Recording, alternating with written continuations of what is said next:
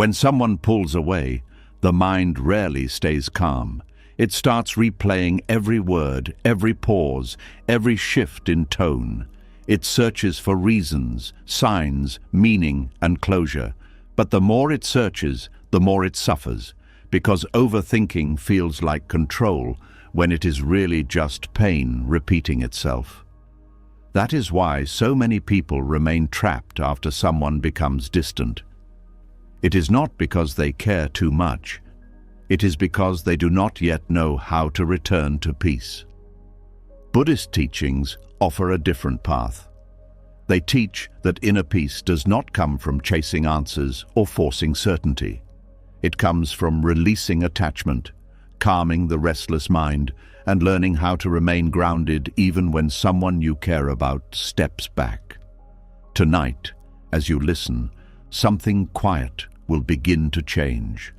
The mental noise will start to soften, the pressure in your heart will begin to ease, and the part of you that kept running after what pulled away will slowly come home to itself. This is not just about how to stop overthinking after someone pulls away. This is about finding inner peace when the mind wants to chase, when the heart wants to panic, and when silence feels heavier than words. Are you ready? Let's begin. Now something begins to reveal itself quietly. The moment you stop chasing what pulled away, you start noticing how much of your pain was never about the person, but about the unanswered space they left behind. The silence becomes louder than anything they ever said, and the mind, unable to sit with that silence, begins to move. It moves in circles. It searches, it questions, it replays. It tries to rebuild what is already gone. And this is where the deeper suffering begins. A strange thing happens when someone becomes distant. The connection may fade, the communication may slow, but the mind does not follow the same rhythm. It keeps reaching, it keeps asking, it keeps knocking on a door that is no longer being opened. And beneath all of that movement, there is one quiet demand that drives everything else. The need for closure. Something inside wants an answer that will make everything make sense. It wants a final sentence, a clear reason, a moment of explanation that will somehow calm the storm. It believes that if it can just understand what happened, the pain will stop. But instead, the opposite happens. The more the mind searches for closure, the more restless it becomes, because it is trying to solve something that no longer exists in the same way. The situation has already changed, but the mind is still trying to interact with it as if it can be completed. This creates a tension that does not release. The heart is waiting for something that is not coming, and the mind is trying to force an ending that another person has not chosen to give. And in this quiet struggle, energy begins to drain. You may notice how often the mind returns to the same moments, a message that felt slightly different, a pause in conversation that now seems meaningful, a shift in tone that once felt small but now feels important. It starts to dissect everything. It asks questions like, when did this begin? What changed? Was there something I missed? And with each question, the mind believes it is getting closer to peace. But it is actually moving further away, because these questions are not leading to answers. They are feeding a cycle where the mind keeps trying to close something that has already been left open. There is a hidden assumption behind all of this. The belief that closure must come from the other person, that they must explain, clarify, or validate what happened for the pain to end. But this belief creates a quiet dependency. It places your peace in the hands of someone who has already stepped back. And that is where suffering deepens. Because now it is not just about missing them. It is about needing something from them in order to feel okay again. And when that need is not met, the mind reacts. It becomes louder. It becomes more insistent. It starts building stories, creating possibilities, trying to fill the silence with meaning. But silence does not always carry a hidden message. Sometimes silence is simply what it is. The difficulty is that the mind is not comfortable with that. It wants things to be explained, resolved, completed. It wants a sense of order, a sense of understanding. It wants to feel like nothing is left unfinished. But life does not always move that way. People do not always offer explanations. Conversations do not always reach a clear ending. Feelings do not always get expressed in a way that feels complete. And when this happens, the mind tries to take control. It tries to create closure by thinking more. But thinking is not the same as resolving. You can think about something endlessly and still feel unsettled. You can analyze every detail and still feel uncertain, because the mind is not actually looking for information. It is looking for relief, and it believes that relief will come through understanding. But peace does not come from understanding everything. It comes from releasing the need to understand everything. This is where the shift begins, not in finding the perfect answer, but in noticing the movement of the mind itself. Noticing how it keeps returning to the same questions. Noticing how it tightens around the need for explanation. Noticing how it resists the fact that the situation is already over in its current form. There is something powerful in this noticing, because it creates space. Instead of being inside the cycle, you begin to see it. You begin to realize that the suffering is not just coming from what happened, but from what the mind is doing with what happened. And slowly, something softens. The urgency to figure everything out begins to lose its intensity. The need to reach out, to ask, to clarify starts to feel less necessary.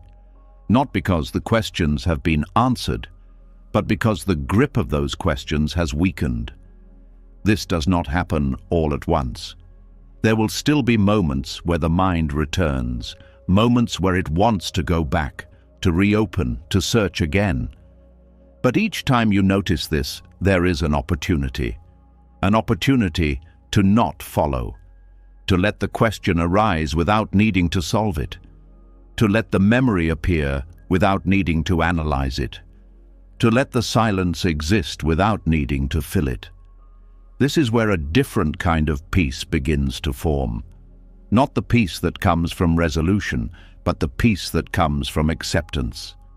Acceptance that not everything will be explained. Acceptance that not every connection will end clearly. Acceptance that some things will remain open, and that is okay. This kind of acceptance is not passive. It is not giving up or pretending not to care. It is a quiet strength, a willingness to stop forcing life to fit a certain shape, a willingness to let things be as they are, even when they feel incomplete. And in that willingness, something begins to return. Your attention. Instead of being pulled outward towards someone who has withdrawn, it begins to come back inward, back to your breath, your body, your present experience, back to what is actually here. Because while the mind has been chasing the past, life has continued moving. Moments have been passing, days have been unfolding, and much of it has been missed because attention was fixed on something that is no longer active.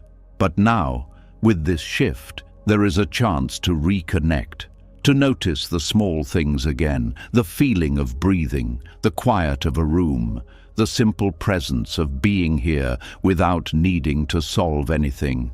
And in this simplicity, there is relief. A relief that does not come from answers, but from rest, from no longer carrying the weight of unfinished conversations, from no longer trying to complete something that cannot be completed in the way the mind wants. This is where dignity quietly returns.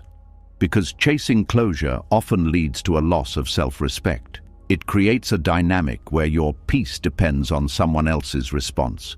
But when you stop chasing, something changes. You begin to stand on your own ground again. You begin to feel that your emotional state does not have to be negotiated through another person's behavior. That your peace is not something that needs to be granted. It is something that can be allowed. And this allowance is gentle. It does not force the pain to disappear. It does not rush the process. It simply creates space for things to settle naturally. The mind becomes less crowded.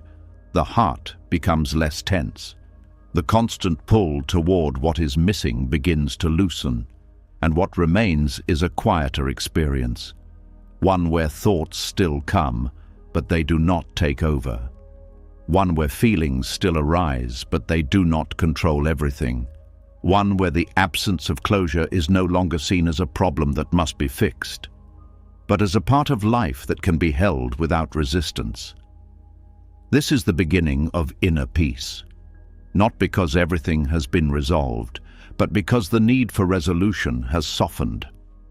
And in that softening, something deeper becomes possible, a different relationship with your own mind, one that is not based on control, but on awareness, one that does not demand answers, but allows uncertainty, one that no longer chases what has already moved away. And slowly, gently, this becomes enough. Not perfect, not complete, but enough to breathe again without tension, enough to sit without the constant need to figure things out, enough to live without being pulled back into the same loop. And as this continues, something becomes clear. Closure was never something they had to give. It was something the mind had to release. And as that quiet realization settles in, something else begins to surface. Even after the need for closure softens, the mind does not immediately rest. It finds a new place to hold on to. It turns its attention to what is no longer there. The absence. What used to feel normal now feels heavy.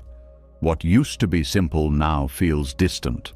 And without noticing it, the mind begins to give more power to what is missing than it ever gave to what was present. This is where the next layer of suffering begins. Something feels louder, even though nothing is being said. Silence starts to echo in ways that feel almost physical. A delayed reply feels like a statement. A shorter message feels like a shift. A lack of presence begins to feel like a message that must be decoded. And before long, absence becomes the center of attention. It starts small. A moment of checking your phone. A brief thought wondering why they have not reached out. A quiet pause that feels slightly longer than usual. But the mind does not leave it there. It begins to expand it. It stretches that small moment into something larger. It builds meaning around it. It turns a simple absence into something personal. This is how absence becomes louder than presence. Not because it is actually louder, but because the mind is giving it more attention, more importance, more interpretation. There is something important to notice here. When someone is present, the mind often relaxes. It does not question every word, every tone, every pause. It simply experiences the moment as it unfolds. But when someone becomes distant, the mind does the opposite. It becomes alert. It starts observing everything. It listens for what is not being said. It watches for what is not being done. It searches for patterns in what is missing. And this heightened attention creates intensity. Now, every small absence feels amplified. A message that comes hours later instead of minutes feels significant. A response that feels slightly different feels meaningful. Even silence itself begins to feel like communication. But silence is not always a message. Sometimes it is just silence. The difficulty is that the mind does not accept that easily. It prefers to fill the space. It creates explanations. It forms conclusions. It imagines possibilities. It tries to make sense of what it cannot directly understand. And in doing so, it creates an emotional storm. A storm that is not coming from what is happening externally, but from how the mind is interpreting what is happening. This is where awareness becomes important. Not awareness of the other person, but awareness of your own inner movement. Noticing how quickly the mind jumps from observation to conclusion. Noticing how it turns a delayed reply into a story. Noticing how it takes silence and fills it with meaning. This noticing is not meant to stop the thoughts, it is meant to reveal them. Because once you begin to see how the mind is operating, something shifts. The thoughts lose a bit of their authority. They are no longer seen as truth, but as activity, and this creates space.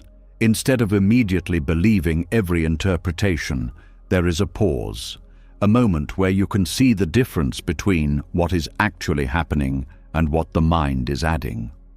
What is actually happening is simple. There is distance, there is silence, there is a change in interaction, but what the mind adds is complex.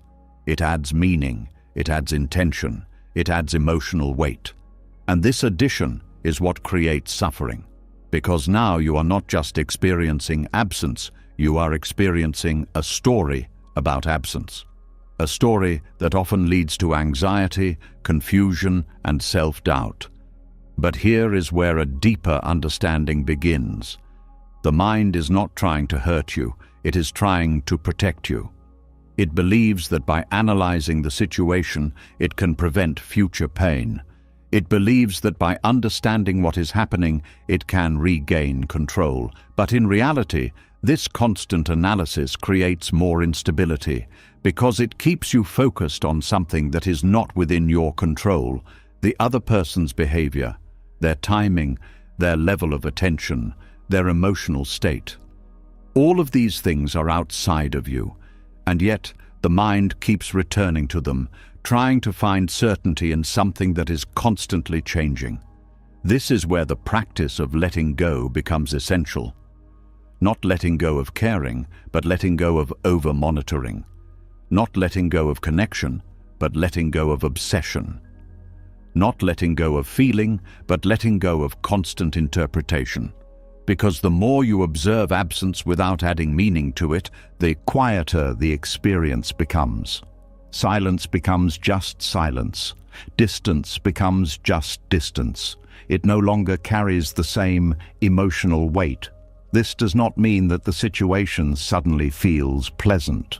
There may still be discomfort, there may still be a sense of loss, but it is no longer amplified by the mind's constant activity, and this makes a difference, because the intensity of the experience is reduced.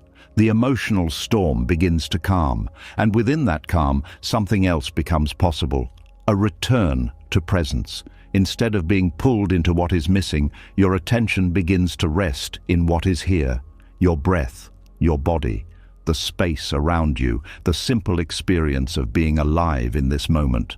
This may seem small, but it is powerful, because it shifts the center of your experience from absence to presence, from what is not happening to what is happening. And in this shift, the mind begins to settle. It no longer needs to chase every thought. It no longer needs to analyze every silence. It begins to trust that not everything requires interpretation, that not everything is a hidden message, that sometimes things are exactly what they appear to be. And this simplicity brings relief, a quiet relief that does not depend on the other person returning, a steady relief that comes from no longer being consumed by what is missing. This is where a deeper kind of freedom begins. The freedom to experience absence without being overwhelmed by it. The freedom to allow distance without turning it into a personal judgment. The freedom to sit with silence without needing to fill it. And this freedom is subtle. It does not announce itself loudly. It appears quietly in moments where the mind does not react as strongly as it used to. In moments where a delayed reply does not create anxiety, in moments where silence does not immediately lead to overthinking. These moments may feel small, but they are significant. They show that something is changing, that the mind is learning to relate differently to absence, that it is no longer treating what is missing as something that must be solved, but as something that can be experienced without resistance. And as this continues, the relationship with absence transforms. It is no longer something to fear. It is no longer something to analyze. It becomes something neutral, something that simply exists without needing to be interpreted.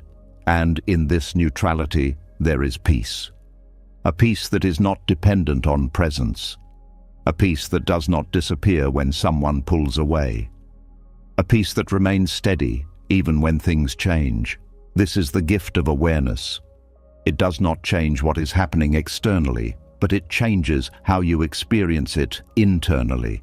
And that change is enough to reduce suffering, enough to bring clarity, enough to allow you to move through the experience without being consumed by it.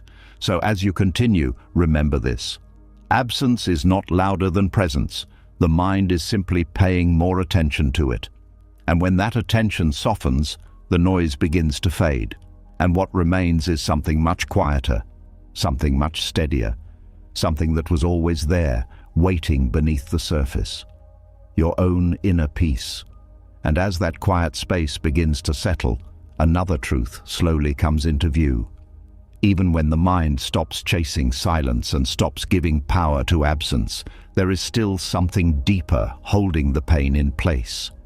It is not just the distance. It is the expectation that things were supposed to stay the same. Something inside resists change. It holds on to how the connection once felt, how the energy once flowed, how the presence once came naturally, and without noticing it, the heart begins comparing what is happening now to what used to be. That comparison is where the next layer of suffering begins. Something feels off, not because everything has disappeared, but because it is no longer consistent. The warmth that once felt steady now feels uncertain. The attention that once came easily now feels delayed. The connection that once felt predictable now feels unstable. And the heart does not like this. It wants continuity. It wants the same level of care, the same tone, the same rhythm, the same emotional availability. It wants the connection to remain fixed, unchanged, dependable in the exact way it once was. But human connection does not work like that. Emotions shift, attention moves, people change, sometimes slowly, sometimes suddenly. And yet, the heart continues to expect stability, as if feelings should remain constant once they are established. This expectation creates tension, because reality is moving, but the heart is holding still. And in that gap, discomfort grows. You may notice how the mind keeps returning to the past, not to analyze what went wrong this time, but to remember how things used to feel. It recalls moments of closeness, moments of ease, moments where everything felt aligned. It uses those memories as a reference point. And then it looks at the present and feels the difference. That difference becomes painful, not because the present is necessarily bad, but because it does not match what once existed. This is where attachment to emotional continuity reveals itself. It is not just attachment to the person, but attachment to a version of them. A version that felt consistent, reliable, and familiar.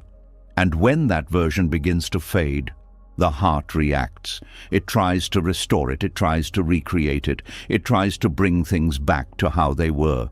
But this effort creates exhaustion, because it is an attempt to hold something that is already changing. There is something important to understand here. The heart is not wrong for wanting stability. It is natural to feel safe when things are consistent. It is natural to feel comfortable when emotional patterns are predictable. It is natural to want connection to remain steady. But suffering begins when this natural desire becomes a rigid expectation. When the heart believes that consistency must continue, when it assumes that once something feels a certain way, it should always feel that way. This belief creates resistance to change, resistance to uncertainty, resistance to the natural movement of human experience. And this resistance is what turns change into pain. Because instead of allowing the connection to evolve, the mind tries to fix it in place. It holds on to past moments and uses them as a standard. It says, this is how it should feel. And anything that does not match that standard begins to feel wrong. This is where a deeper shift becomes possible, not by forcing the heart to stop caring, but by gently loosening the expectation that things must remain the same, by seeing that emotional continuity is not guaranteed, that feelings are not fixed, that people are not static, They move through different states, different priorities, different inner experiences, and sometimes those movements create distance. Not always because something is wrong, but because change is part of being human. When this is understood, something begins to soften. The pressure to maintain a certain version of the connection begins to ease. The need to compare the present to the past begins to weaken, and the heart starts to open to a different way of relating, a way that does not depend on consistency, a way that allows fluctuation, a way that accepts that connection can change without it meaning something has been lost permanently. This does not mean that everything is suddenly comfortable. There may still be moments of longing, moments where the memory of how things used to feel arises. But these moments no longer carry the same weight. They are seen as memories, not expectations. They are felt, but not clung to. And this changes the experience. Instead of trying to bring the past into the present, there is a willingness to meet the present as it is, without forcing it to match something else, without demanding it to return to a previous state. This creates a sense of ease, a quiet ease that does not come from control, but from acceptance. Acceptance that emotional continuity is not something that can be secured. It is something that naturally shifts. And when the heart stops trying to hold it in place, it begins to experience something else. Freedom. The freedom to feel without needing things to stay the same. The freedom to care without needing constant reassurance. The freedom to remain steady even when the connection is not. This steadiness is not based on the other person. It is based on your own presence, your ability to remain grounded within yourself, regardless of how the external situation changes. And this is where inner peace begins to deepen, not because everything is stable, but because you are no longer depending on stability to feel okay. You begin to see that the discomfort was not coming from change itself. It was coming from the expectation that change should not happen.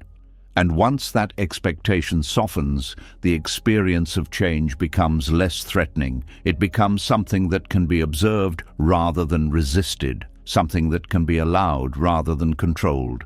This shift is subtle but powerful because it removes the constant tension between what is and what should be. It allows the heart to rest in the present moment without comparing it to something else, to rest without needing to recreate the past, to rest without fearing the future. And in that rest, something becomes clear. Connection does not need to be constant to be meaningful. It does not need to remain the same to have value. It can change, it can fluctuate, it can even fade and still have been real. This understanding brings a different kind of peace. A peace that is not tied to continuity, a peace that is not shaken by change, a peace that allows the heart to remain open without becoming attached to a fixed outcome. And as this continues, the relationship with connection transforms. It is no longer about holding on to how things were. It becomes about being present with how things are, without resistance, without expectation, without fear. And in this presence, there is a quiet strength, a strength that does not depend on emotional consistency, a strength that remains steady even as everything around it shifts. This is the deeper lesson. That inner peace is not found in keeping things the same. It is found in allowing things to change without losing yourself in the process. And when this is truly seen, something relaxes. The grip loosens, the heart softens, and the need for emotional continuity quietly fades. What remains is something much more stable, not the connection itself, but your ability to remain at peace within it, no matter how it changes. And as that grip on continuity begins to loosen, another layer quietly reveals itself. Even when you stop expecting things to stay the same, the mind still tries to explain why they changed. It looks at the distance, at the silence, at the shift in energy, and it does something very subtle. It makes it personal. A quiet thought appears almost unnoticed at first. but deeply felt.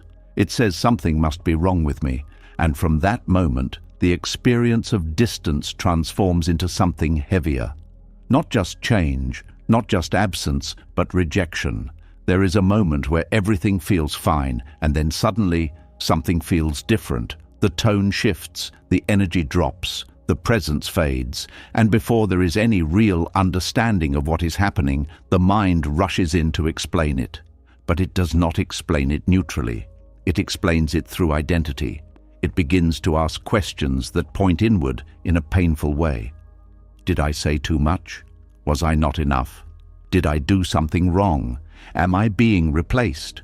And without realizing it, the mind turns another person's movement into a judgment about your worth. This is how the illusion forms.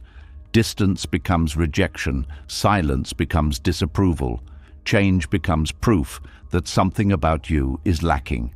But this is not what is actually happening. It only feels that way because the mind is interpreting events through a very old pattern. A pattern that links external behavior to internal value. This pattern is deeply conditioned. From early experiences, many people learn to associate attention with worth. When someone is present, it feels like validation. When someone withdraws, it feels like something has been taken away. And because of this, the mind reacts quickly. It does not pause to consider all possibilities. It goes straight to self-reference. It assumes that the change must be about you. But human behavior is far more complex than that. People pull away for many reasons that have nothing to do with the person they are pulling away from. They may be overwhelmed, distracted, uncertain, dealing with their own inner struggles, or simply changing direction in their life. These movements are part of their own experience, but the mind does not always see that. It collapses all of that complexity into a single conclusion.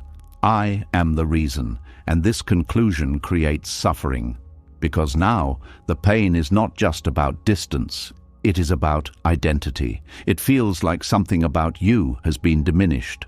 And once that belief takes hold, the mind begins to look for evidence. It replays conversations, searching for mistakes. It analyzes interactions, looking for signs of failure. It builds a narrative where everything points back to a perceived flaw. And this narrative feels convincing, not because it is true, but because it is repeated. This is where awareness becomes essential again. Not to stop the thoughts, but to question their foundation. To see that the mind is making a leap from observation to identity, from noticing distance to concluding rejection, from experiencing change to assuming personal inadequacy. When this leap is seen clearly, something begins to shift. The certainty of the thought weakens. Instead of immediately believing, there is space to observe. To ask quietly, is this really about me, or is the mind simply trying to create a story? This question does not need an immediate answer. It simply interrupts the automatic pattern. And in that interruption, something softens. The emotional intensity begins to reduce. The tightness around self-worth begins to loosen. Because now, the situation is no longer being experienced as a personal verdict. It is being seen as an event, something that is happening, not something that defines you. This distinction is subtle but powerful. It separates what is external from what is internal. It allows you to experience another person's behavior without absorbing it into your identity. And this is where a deeper form of peace begins to emerge. Not a peace that depends on how others behave, but a peace that remains steady regardless of external changes. Because your worth is no longer being measured by someone else's presence. It is no longer rising when they come closer and falling when they step away. It remains stable. Not because nothing is happening, but because you are no longer tying your value to what is happening. This stability changes everything. It allows you to experience distance without collapsing into self-doubt. It allows you to feel the shift without turning it into a judgment. It allows you to remain grounded even when the situation is unclear. This does not mean that the experience becomes pleasant. There may still be discomfort, there may still be questions, but the core of your identity is no longer shaken. And this makes the experience much lighter, because the weight of self-judgment is no longer present. There is something else that begins to change as well. The way you see the other person. Instead of seeing them as someone who has rejected you, you begin to see them as someone moving through their own experience, someone whose actions are influenced by their own thoughts, emotions, and circumstances, someone whose behavior is not a direct reflection of your value, but a reflection of their current state. This shift creates compassion, not in a forced way, but in a natural way. Because when you stop taking everything personally, you begin to see things more clearly. You see that people act from where they are, not from who you are. And this understanding reduces the need to interpret everything as a personal statement. It allows you to step back, to observe, to remain present without being pulled into a story. And in that presence, something stabilizes. Your sense of self. It becomes less reactive, less dependent, less fragile, because it is no longer built on external validation. It is rooted internally, in your own awareness, in your own presence, in your own understanding of who you are, independent of how others behave. This is not something that happens instantly. It develops gradually, through moments of noticing, moments of pausing before believing, moments of choosing not to turn distance into rejection. Each of these moments strengthens a different way of relating, a way that is not based on assumption, but on awareness, a way that does not rush to conclusions, but allows space, a way that does not collapse into self-doubt, but remains steady. And as this continues, the illusion begins to dissolve. Distance is no longer automatically interpreted as rejection. It is seen as distance, nothing more, nothing less. This simplicity brings relief, because it removes the extra layer of suffering, the layer that was created by interpretation, the layer that was built on assumption, the layer that turned an external event into an internal wound. Without that layer, the experience becomes clearer, more direct, less heavy, and within that clarity there is space. Space to breathe, space to feel without over-identifying, space to remain connected to yourself even when someone else disconnects. This is the deeper teaching, that your identity is not something that can be confirmed or denied by another person's behavior. It exists independently. It remains intact, regardless of who stays and who leaves. And when this is truly understood, something settles. The need to prove your worth fades. The fear of being rejected softens. The urge to interpret every change as a personal failure disappears. What remains is something much quieter, a steady sense of self that does not need constant validation, a calm presence that does not react to every shift, a quiet confidence that remains, even in uncertainty. And from this place, relationships are experienced differently, not as a source of identity, but as a part of life that can change without defining you. This is where freedom begins to deepen, not because others stop pulling away, but because their movement no longer determines your sense of self. And in that freedom, there is peace, a peace that does not depend on being chosen. A peace that does not collapse when someone leaves.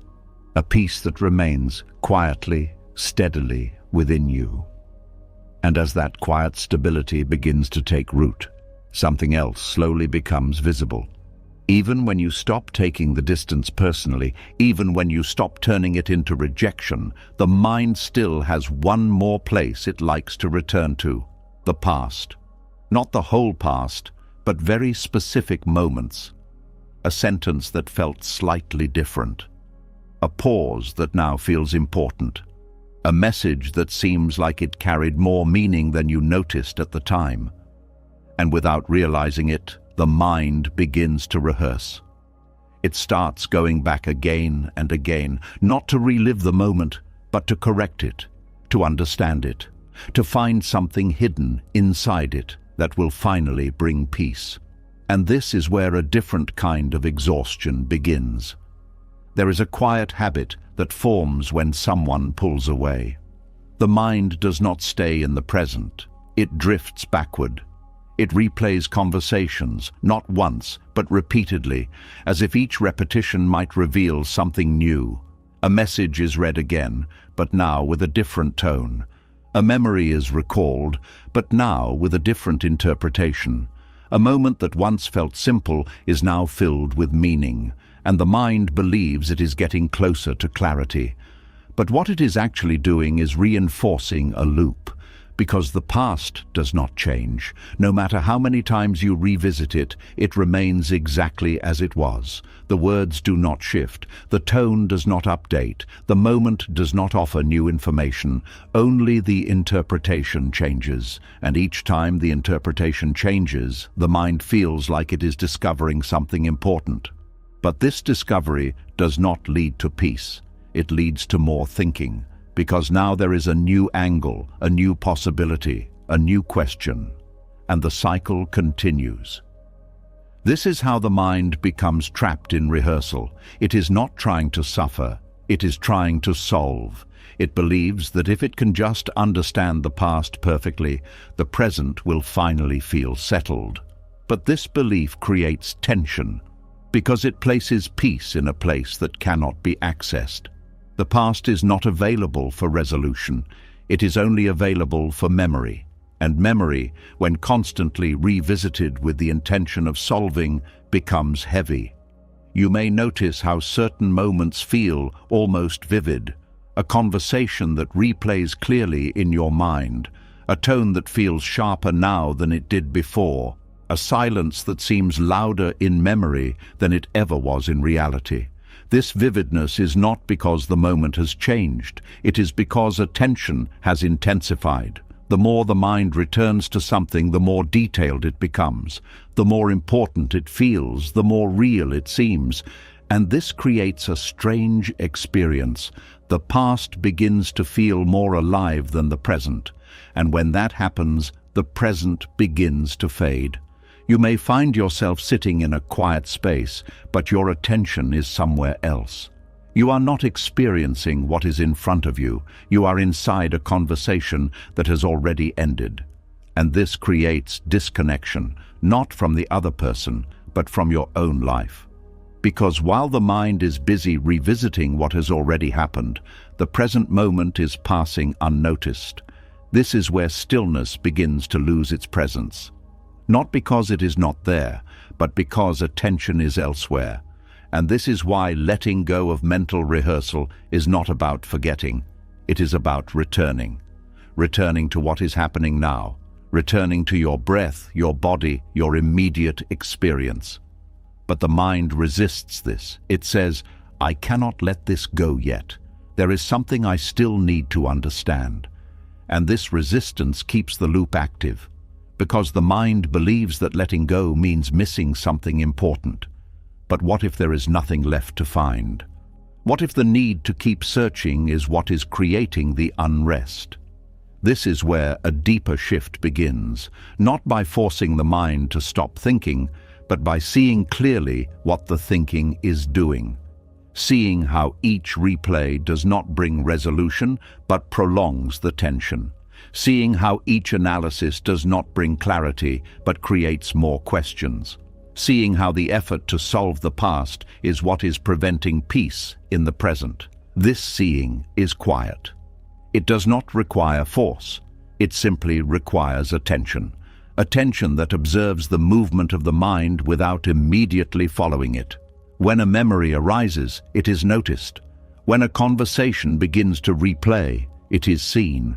But instead of entering it, there is a pause, a gentle recognition that this has already happened, that this does not need to be solved again. And in that recognition, something softens. The intensity of the replay reduces, the urge to continue weakens, and slowly, the mind begins to release its grip. This does not mean that thoughts disappear completely. They may still arise, but they no longer take over in the same way. They pass through more lightly. They are seen as memories, not problems, and this changes the experience, because now the past is no longer something that demands attention. It becomes something that can exist without controlling the present. This creates space, a space that was previously filled with repetition, a space where stillness can begin to appear again. Stillness is not something that needs to be created. It is something that becomes visible when the mind is no longer constantly moving. When the rehearsals stop, even briefly, there is a gap. And in that gap, there is quiet. A quiet that feels unfamiliar at first, because the mind is used to activity. But this quiet is not empty. It is steady. It is calm. It is free from the tension of needing to solve something. And as this quiet becomes more familiar, something changes in how you relate to your thoughts. You begin to trust that not every thought needs to be followed, that not every memory needs to be analyzed, that not every moment needs to be understood. This trust reduces the urgency. The mind becomes less reactive, less driven to return to the past, and more able to remain present. This presence is not forced, it is natural. It arises when there is nothing pulling attention away. And in this presence, something important happens. You begin to feel again, not the past, but what is here. The sensation of breathing, the feeling of your body sitting or lying down, the quiet environment around you. These simple experiences may seem small, but they are grounding. They bring you back to reality. Not the constructed reality of thoughts, but the direct experience of life as it is happening now. And this grounding creates stability. A stability that is not dependent on understanding everything. A stability that is not shaken by unanswered questions. A stability that comes from being here fully without needing to go back. This is where the deeper peace begins. Not because the past has been resolved, but because it is no longer being constantly revisited. Not because everything makes sense, but because the need to make sense of everything has softened. And in that softening, the mind begins to rest. It no longer feels the need to work constantly. It no longer feels the need to search endlessly. It begins to settle into a quieter rhythm, a rhythm that is not driven by urgency, but by presence. And as this continues, something becomes clear. The past does not need to be solved for peace to exist. It only needs to be allowed to remain where it is. And when the mind stops trying to bring it into the present again and again, the present becomes lighter, more open, more available. And in that openness, there is space for something new. Not answers, not conclusions, but a different experience. An experience where you are no longer trapped in repetition, where you are no longer rehearsing what has already ended, where you are simply here without needing to fix anything. And this simplicity is enough. Enough to feel calm, enough to feel grounded, enough to move forward without carrying the weight of constant replay. This is the quiet shift.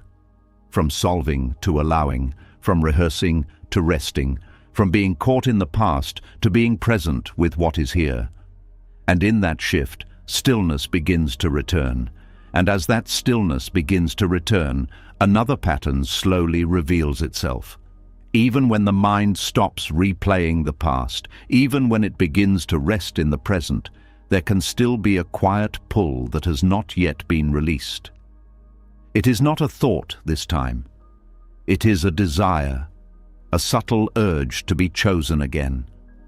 Something inside does not want to accept the distance as it is. It wants to reverse it.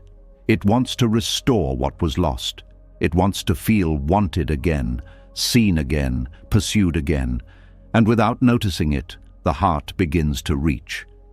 There is a quiet ache that does not always speak in words. It shows up as a need to be acknowledged, a hope that they will come back, a longing for a message that carries warmth again. And beneath all of that, there is a simple wish. Choose me. Not directly, not always consciously, but it is there. A desire to be valued in the same way as before. A desire to feel important again in their eyes. A desire to be the one they return to. But when someone has already stepped back, this desire begins to move in a painful direction. Because now, instead of being freely given, attention becomes something hoped for, something waited for, something subtly chased. And this is where the emptiness begins. Not because wanting love is wrong, but because trying to pull it from a place that is no longer open creates tension. There is something deeply exhausting about trying to be chosen by someone who is no longer choosing. It may not always look obvious. It can appear as small actions, sending another message, adjusting your tone to seem less intense, holding back certain thoughts in the hope of being more appealing. Or it can appear internally, thinking about how to respond in a way that will bring them closer, wondering what version of yourself would make them return, questioning whether being more distant, more available, more understanding would change something. All of these movements come from the same place, an attempt to influence their choice. But this attempt slowly disconnects you from yourself, because now your attention is no longer resting in your own experience. It is focused outward, focused on their reactions, focused on how to create a response, focused on how to become someone who is chosen again. And this creates a subtle loss of dignity, not in a harsh or judgmental way, but in a quiet, almost invisible way. Because dignity is not about controlling others. It is about remaining aligned with yourself. And when your sense of worth begins to depend on whether someone returns, that alignment starts to shift. You begin to move away from your own center. You begin to shape yourself around someone else's attention. And this creates emptiness, because no matter how much you adjust, you cannot control another person's willingness. You cannot make someone feel something they are no longer feeling. You cannot create desire where there is distance. And the more you try, the more you feel the gap. A gap between effort and response. A gap between giving and receiving. A gap that becomes more noticeable with every attempt. This gap is where suffering deepens. Because now it is not just about the absence of connection. It is about the effort to restore it. An effort that does not bring the result you hope for. And this creates a feeling of rejection, not just from them, but from the situation itself. A feeling that no matter what you do, it is not enough. But here is where a different understanding begins. The emptiness is not coming from their distance. It is coming from the attempt to fill that distance through force. Force does not always look aggressive. Sometimes it looks like over-effort. Sometimes it looks like over-giving. Sometimes it looks like trying to be everything at once, hoping something will bring them back. But love does not respond to force. It responds to openness. And when openness is no longer present on both sides, trying to recreate it through effort leads to exhaustion. This is where letting go becomes necessary. Not letting go of caring, but letting go of trying to be chosen. Letting go of shaping yourself to fit someone else's changing attention. Letting go of the quiet hope that one more action will change everything. This letting go is not immediate. It happens gradually, through moments of noticing when the mind starts planning how to regain their attention. Noticing when the heart starts reaching outward instead of resting inward. Noticing when your energy begins to depend on their response. Each time this is noticed, there is an opportunity. An opportunity to pause, to stop the movement, to return to yourself. This return is simple. It is not about rejecting them. It is about reconnecting with your own presence, your breath, your body, your own sense of being. And in this return, something shifts. The urgency reduces. The need to act fades. The desire to be chosen softens. Not because the feeling disappears completely, but because it is no longer driving your behavior. And as this continues, dignity begins to return, not as an idea, but as a feeling of being grounded within yourself, a feeling of not needing to prove your worth, a feeling of not needing to earn attention. This dignity is quiet. It does not demand. It does not chase. It does not try to convince. It simply remains. And in that stillness, something becomes clear. Love cannot be taken from closed hands. It cannot be negotiated into existence. It cannot be created through effort alone. It either flows or it does not. And when it does not, the most peaceful response is not to force it. It is to step back, not in anger, not in pride, but in understanding. Understanding that your energy does not need to be spent where it is not received. Understanding that your presence does not need to be shaped to fit someone else's distance. Understanding that your worth is not defined by whether someone chooses you. This understanding creates space. A space where your attention is no longer tied to their behavior. A space where your emotional state is no longer dependent on their response. A space where you can exist without needing to be chosen. And in this space, something deeper begins to grow. Self-respect. Not the kind that is built on comparison or validation, but the kind that comes from alignment, from being true to yourself, regardless of what is happening externally. And this self-respect changes how you experience the situation. The need to reach reduces. The need to fix disappears. The need to be seen by them becomes less important than being present with yourself. And this shift is powerful because it removes the pressure to perform, the pressure to maintain connection, the pressure to be enough in someone else's eyes. Without that pressure, the heart begins to relax. It no longer feels like it has to earn something. It no longer feels like it has to prove something. It begins to rest. And in that rest, there is peace. Not because the situation has changed, but because your relationship to it has changed. You are no longer trying to be chosen. You are allowing yourself to be, and that is enough. Enough to feel whole, enough to feel steady, enough to move forward without carrying the weight of unmet expectation. This is where true freedom begins. Not in being selected by someone else, but in no longer needing that selection to feel complete. And from this place, something becomes possible again. Not the return of the past, but the opening of something new. A life that is not centered around being chosen, but around being present.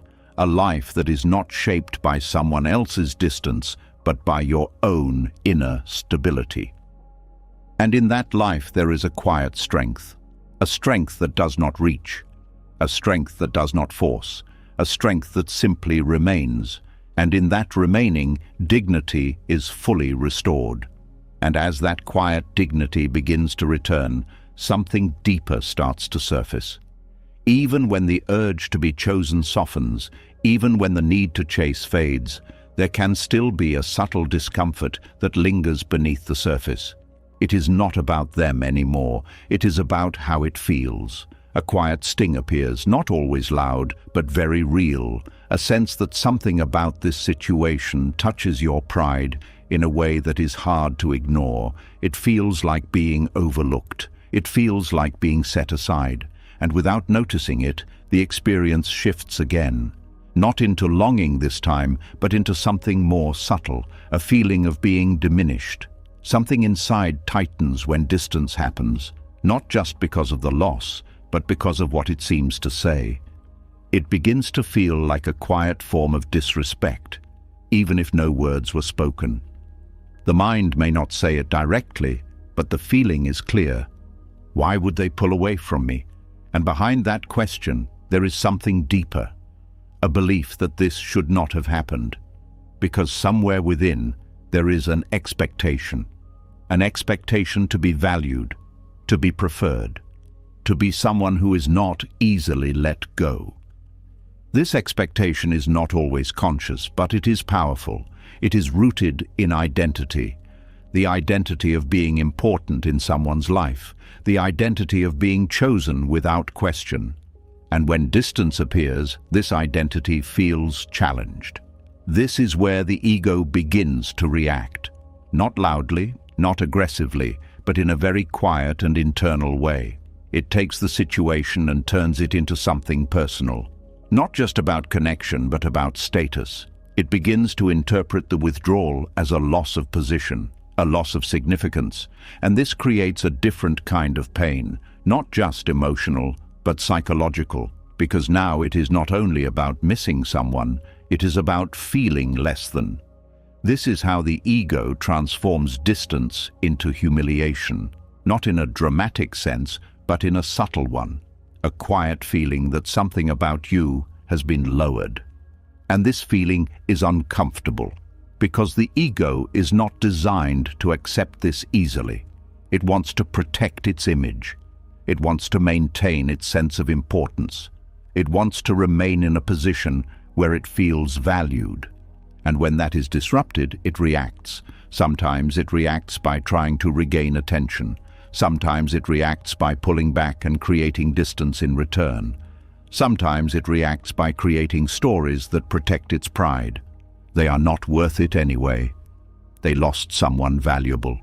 They will regret this. These thoughts are not random. They are attempts to restore balance, to bring the sense of importance back. But beneath these thoughts, there is still a feeling. A feeling that something about this situation has touched a sensitive place, a place that does not want to feel small. This is where awareness becomes important again, not to judge the ego, but to understand it, to see that the reaction is not about truth, but about protection. The ego is trying to maintain a certain image, an image of being someone who is always valued, always wanted, always chosen. But life does not always reflect that image. People change, situations shift, connections evolve, and sometimes someone steps away. Not because you are less, but because their path is moving differently. But the ego does not see this clearly. It interprets everything through identity, through the lens of, what does this say about me? And this interpretation creates suffering, because it ties your sense of self to something external, something that is not stable, something that can change at any moment. This is where Buddhist practice offers a different perspective.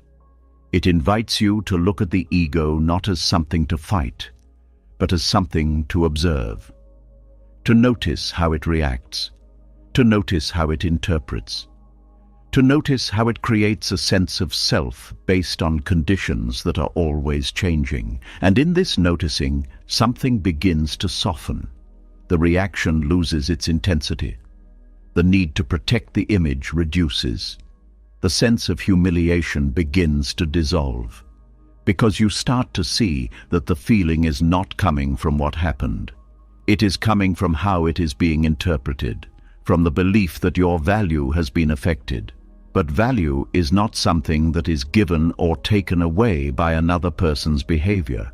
It is not something that increases when someone stays or decreases when someone leaves. It is not something that needs to be confirmed externally. It exists independently, and when this is understood, something changes.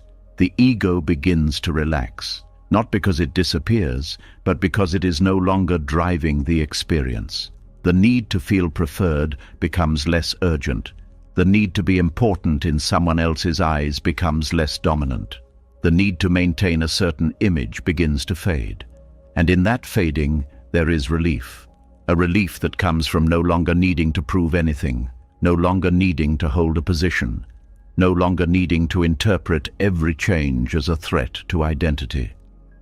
This relief creates space, a space where you can experience the situation without adding extra meaning, without turning it into something about your worth, without turning it into something about your importance.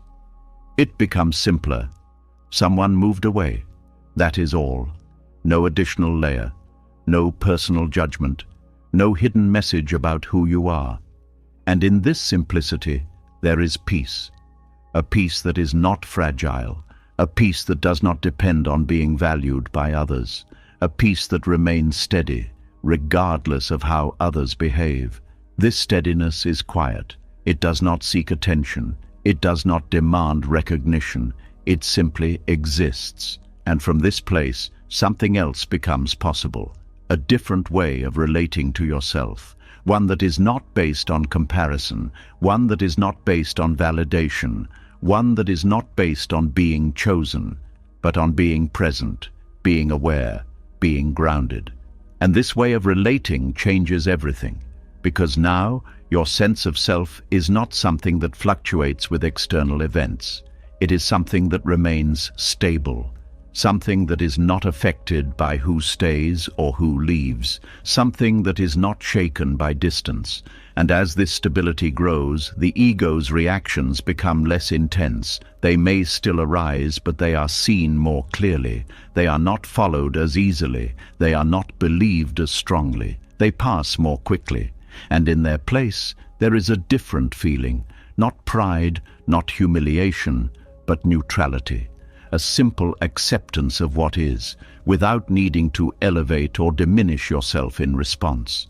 This neutrality is powerful because it removes the extremes, the need to feel superior, the fear of feeling inferior. Both begin to dissolve, and what remains is balance, a balanced sense of self that does not swing with circumstances, a grounded presence that does not react to every shift, a quiet confidence that is not dependent on being preferred.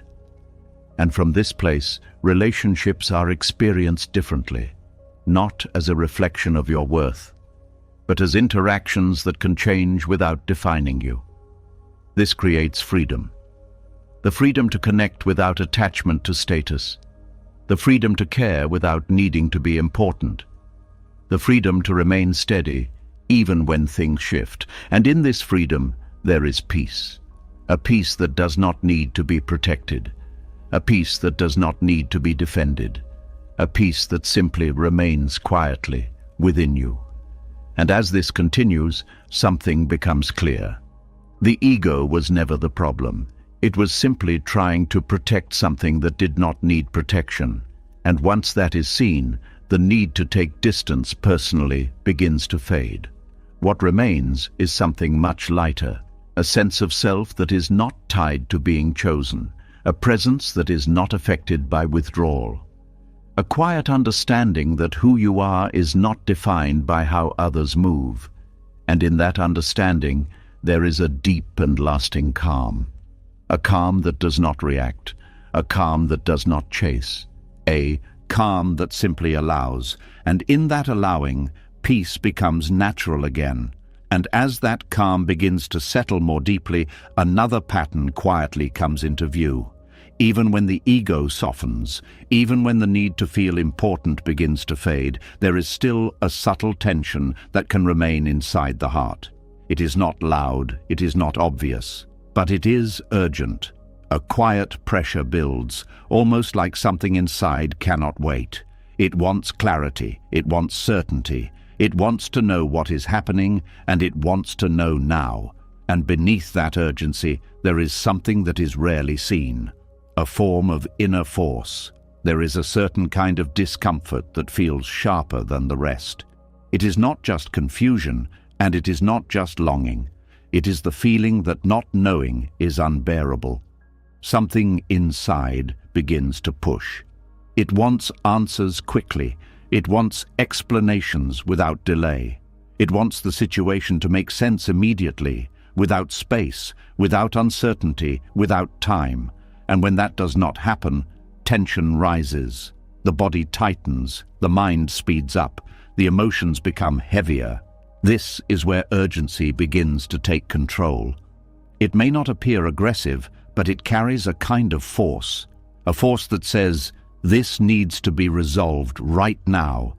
A force that does not allow space for things to unfold naturally. a force that treats uncertainty as something dangerous. This is what can be called hidden violence, not violence directed outward, but directed inward, a pressure placed on your own mind and heart, a demand that things must be clear, a demand that emotions must settle immediately, a demand that confusion must disappear. And when these demands are not met, the inner experience becomes strained. Because the heart is not being allowed to process naturally. It is being pushed to understand faster, pushed to feel differently, pushed to reach a conclusion before it is ready. This pushing creates agitation. The mind becomes restless. It jumps from one thought to another, searching for something that will bring relief.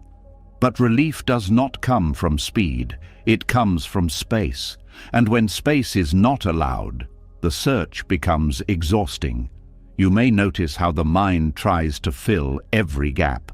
If there is silence, it creates meaning. If there is delay, it creates interpretation. If there is uncertainty, it creates conclusions.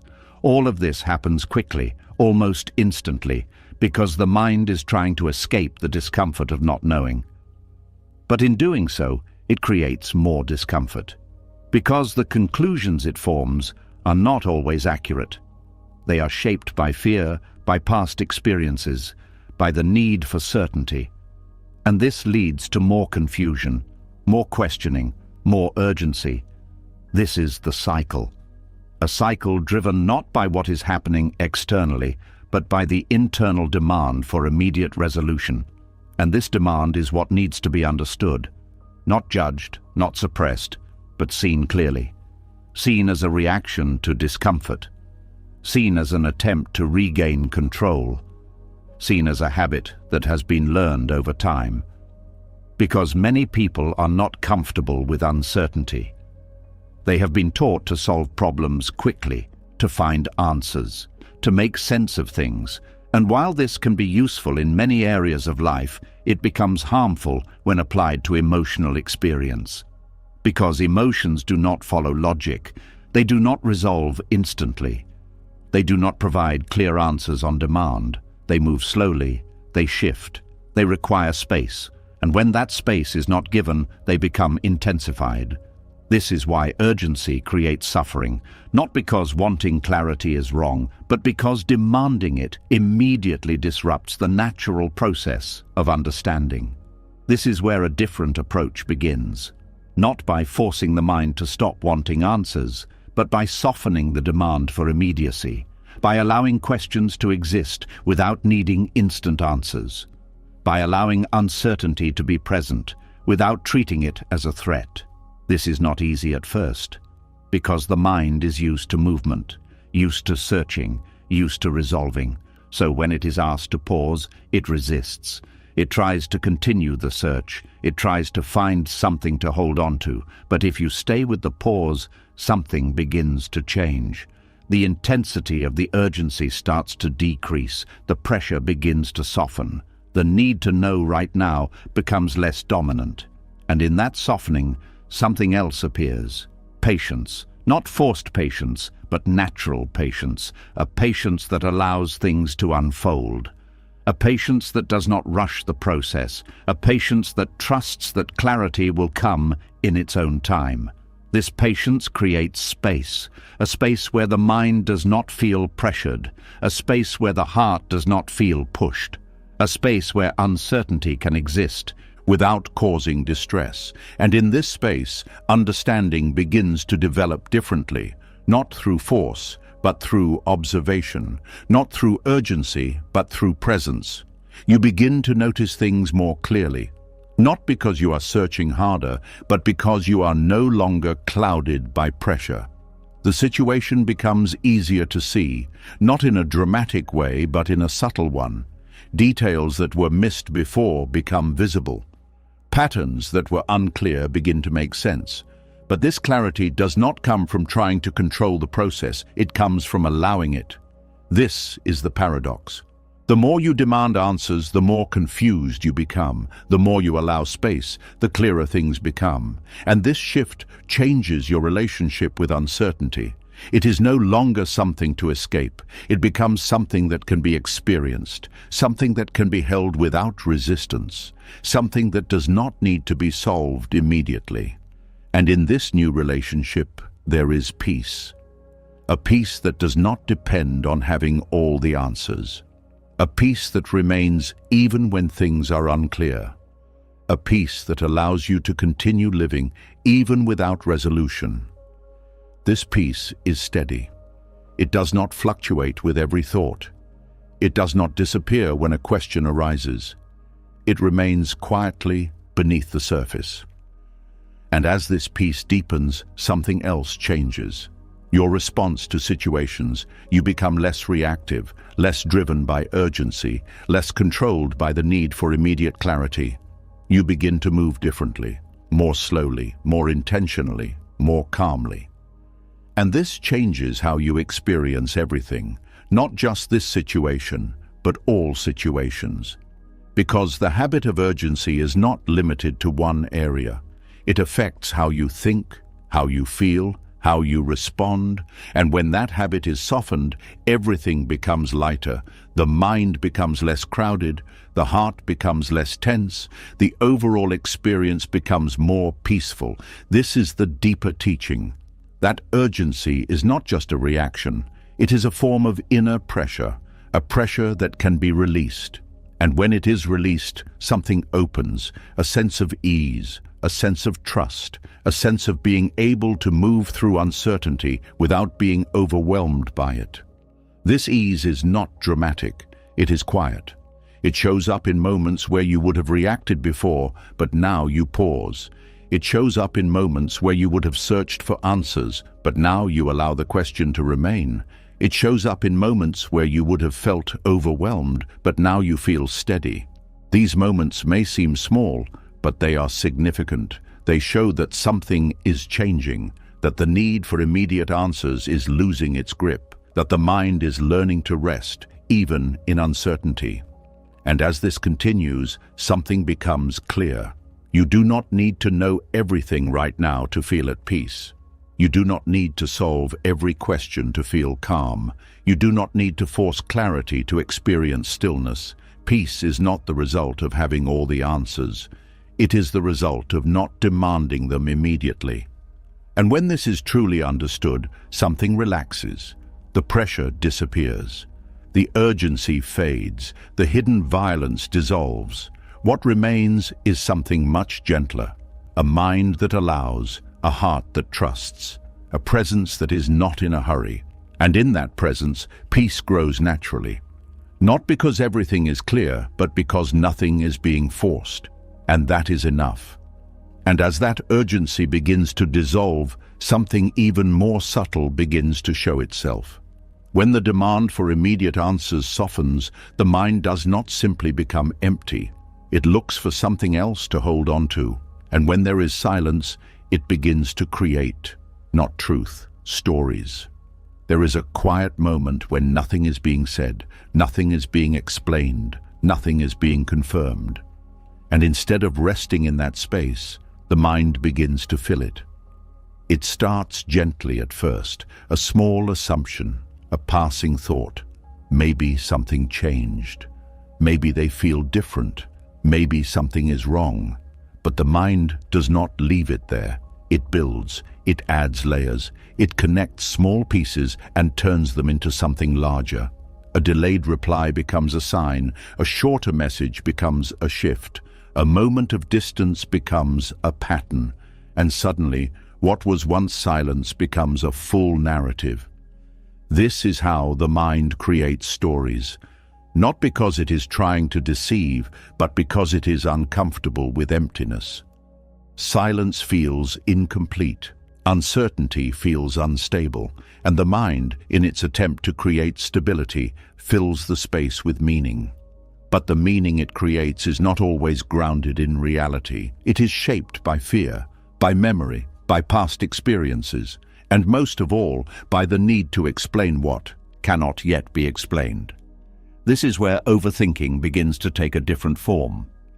It is no longer just searching for answers, it is constructing scenarios. You may notice how quickly the mind moves from not knowing to imagining. It does not stay in the unknown, it replaces it. It creates possibilities that feel real. It starts to picture things that have not happened. It begins to form conclusions without evidence. And these conclusions carry emotional weight. The mind may create the idea that there is someone else, that you have been replaced, that something hidden is happening behind the silence, that the connection has already ended, even if no clear ending has been given. These thoughts feel convincing, not because they are true, but because they are detailed. The more the mind builds them, the more real they seem, and the more real they seem, the stronger the emotional response becomes. This is how mental fiction turns into emotional reality. You begin to feel hurt, not because something has happened, but because something has been imagined. You begin to feel anxious, not because there is danger, but because the mind has created a future that feels threatening. You begin to feel rejected, not because it has been confirmed, but because the story suggests it. And this is where suffering deepens. Because now you are not just dealing with what is happening, you are dealing with what the mind has created. And these creations are often more intense than reality itself. They are filled with worst-case scenarios, with hidden meanings, with imagined outcomes. And because they are not grounded in what is actually happening, they do not resolve. They continue to evolve. Each time you think about the situation, the story grows. It becomes more detailed, more convincing, more emotionally charged. And this creates a loop where the mind feeds itself, where each thought leads to another, where each assumption creates more assumptions. And in this loop, it becomes difficult to see clearly, because the line between reality and imagination begins to blur. This is where awareness becomes essential in a deeper way. Not just awareness of thoughts, but awareness of the nature of thoughts. Seeing that not everything the mind presents is real. Seeing that thoughts are not facts. Seeing that the mind can create entire experiences without external input. This recognition is powerful because it breaks the illusion. Not immediately, but gradually. When a thought arises, instead of immediately believing it, there is a pause. A moment of questioning. Is this something I know or something I'm imagining? This question creates space. It separates observation from interpretation. What is known becomes clear. There is distance, there is silence, there is a change. But beyond that, everything else is added. And once this is seen, the added layer begins to lose its strength.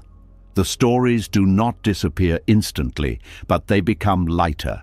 They are no longer taken as truth. They are seen as possibilities, as mental activity, as something that can arise without needing to be followed. This changes the experience, because now, when the mind begins to build a story, there is awareness. There is recognition that this is happening. And in that recognition, there is a choice, not to suppress the thought, but not to engage with it, to let it appear without feeding it, to let it pass without expanding it. This is not easy at first, because the mind is used to involvement, used to following thoughts wherever they lead. But with practice, something begins to shift. The need to complete the story reduces. The urge to analyze every detail softens. The intensity of the imagined scenarios decreases, and slowly the mind begins to settle, not because it has found answers, but because it is no longer creating unnecessary questions. This creates clarity, a clarity that is not based on knowing everything, but on not adding what is not known. And in this clarity, there is relief. Relief from the constant movement, relief from the emotional swings, relief from the feeling of being trapped in your own thinking. This is where freedom begins, not freedom from thoughts, but freedom from being controlled by them. The thoughts may still arise, the mind may still create stories, but they no longer define your experience. They no longer determine your emotional state. They become something that can be observed without being believed. And this observation creates distance, a healthy distance, a space between you and the thought, a space where you can remain present even when the mind is active.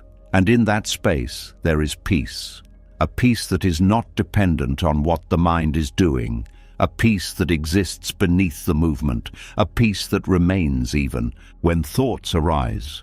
This peace is quiet. It does not need to be created. It is revealed when the noise settles, and as this continues, something becomes clear. Silence does not need to be filled. It can be experienced as it is, without interpretation, without story, without added meaning. And in that simplicity, there is stability. A stability that does not fluctuate with imagined scenarios. A stability that remains steady, even when the situation is unclear. This stability changes how you move through the experience. You are no longer reacting to every thought. You are no longer carried away by every possibility. You are grounded, present, aware. And from this place, the situation feels different. Not necessarily resolved, but less overwhelming, less intense, less consuming, because you are no longer trapped in mental fiction. You are here with what is actually happening. And that is enough. Enough to breathe, enough to feel steady, enough to move forward without being pulled back into imagined realities. This is the deeper lesson, that the mind can create endless stories, but you do not have to live inside them. You can observe them, you can allow them, you can let them pass, and in doing so, you reclaim your space, your attention, your peace. And as this becomes more natural, something settles. The need to fill silence fades. The need to explain everything softens. The need to create meaning where there is none disappears. What remains is something much simpler, a direct experience of life as it is, without added layers, without unnecessary complexity, without the weight of imagined outcomes. And in that simplicity, there is freedom. A freedom that is not dependent on certainty, a freedom that is not limited by thought, a freedom that exists in the quiet space between what is real and what is imagined. And in that space, peace becomes steady. Not because everything is known, but because nothing extra is being created. And that is enough. And as that grip of mental stories begins to loosen, something else quietly becomes visible. Even when you stop believing every thought, even when silence is no longer filled with imagined endings, there is still a subtle habit that continues to drain your energy. It is not about thinking this time, it is about watching. A quiet tension begins to surface when attention stays fixed on another person's energy. Not in obvious ways, but in small, almost automatic checks. A glance at their response time, a feeling about their tone, a quick internal scan asking, do they feel the same? And without realizing it, the mind becomes occupied, constantly tracking, constantly interpreting, constantly adjusting. Something inside starts to stay on alert.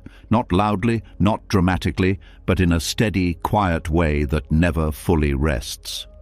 It is always looking for signs, signs of warmth, signs of distance, signs of change. A message comes in, and instead of simply reading it, the mind reads into it. It looks for what is beneath the words. It listens for what is not being said. It measures the space between sentences. And even when there is no message, the monitoring continues. The absence itself becomes something to observe. How long has it been? Did they see it? Are they ignoring me? The mind begins to build a rhythm around this, a rhythm that is not based on presence, but on checking their mood, checking their behavior, checking their level of interest, and over time, this checking becomes exhausting. Not because it is intense, but because it is constant. It runs quietly, in the background. It follows you into your day. It appears in moments that should feel simple. And it slowly drains your attention. Because instead of being here, your awareness is somewhere else. It is focused outward. Focused on something that is not within your control. This is where the deeper exhaustion begins. not from what they are doing, but from what you are doing in response. From the habit of monitoring. From the need to stay aware of every shift. From the belief that if you watch closely enough, you will understand what is happening. But this belief creates pressure, because it turns another person's emotional state into your responsibility. It makes you feel like you need to keep track, like you need to stay updated, like you need to respond to every subtle change. And this creates a sense of work, a kind of emotional labor that never fully stops. You are not just experiencing the connection. You are managing it, observing it, trying to maintain balance within it. And this takes energy, a lot of it, because the mind is not designed to sustain constant monitoring. It needs rest. It needs space. It needs moments where it is not engaged in tracking or interpreting, but when attention is fixed on someone else's energy, that rest disappears. Even when nothing is happening, the mind is still active, still checking, still waiting, still trying to read between the lines. And this creates tension, a tension that sits quietly in the body, a tension that does not always feel sharp, but is always present. This is where awareness begins to shift again, not toward the other person, but toward your own experience, noticing the act of monitoring itself, noticing how often the mind returns to them, noticing how quickly attention moves outward. This noticing is important because it reveals something that was previously automatic. It shows that the exhaustion is not just coming from the situation, it is coming from the way attention is being used. And once this is seen, something begins to change. There is an opportunity to pause, to interrupt the pattern, not by forcing yourself to stop caring, but by gently bringing attention back to what is here, back to your own experience, your breath, your body, the environment around you. This return is simple, but it is powerful, because it shifts the center of your awareness, from them to you, from monitoring to presence. And in this shift, something softens, the need to check reduces, the urge to analyze weakens, the constant scanning begins to slow down. This does not happen instantly. There may still be moments where the mind reaches outward, moments where it wants to check again, but each time you notice this, there is a choice to follow the habit or to return. And each return creates a little more space, a little more ease, a little more rest. This rest is important because it allows the mind to recover, to step out of the constant activity, to experience stillness again. And in that stillness, something becomes clear. You do not need to monitor someone else's energy to feel safe. You do not need to track their behavior to feel grounded. You do not need to stay alert to every change to maintain peace. Peace does not come from knowing what they are doing. It comes from being present with what you are experiencing. And when this is understood, something relaxes. The pressure to stay aware of everything disappears. The need to manage the connection fades. The sense of responsibility for their emotional state dissolves. And what remains is something much lighter, a natural way of being, where you can engage without overanalyzing, where you can connect without monitoring, where you can exist without constantly checking.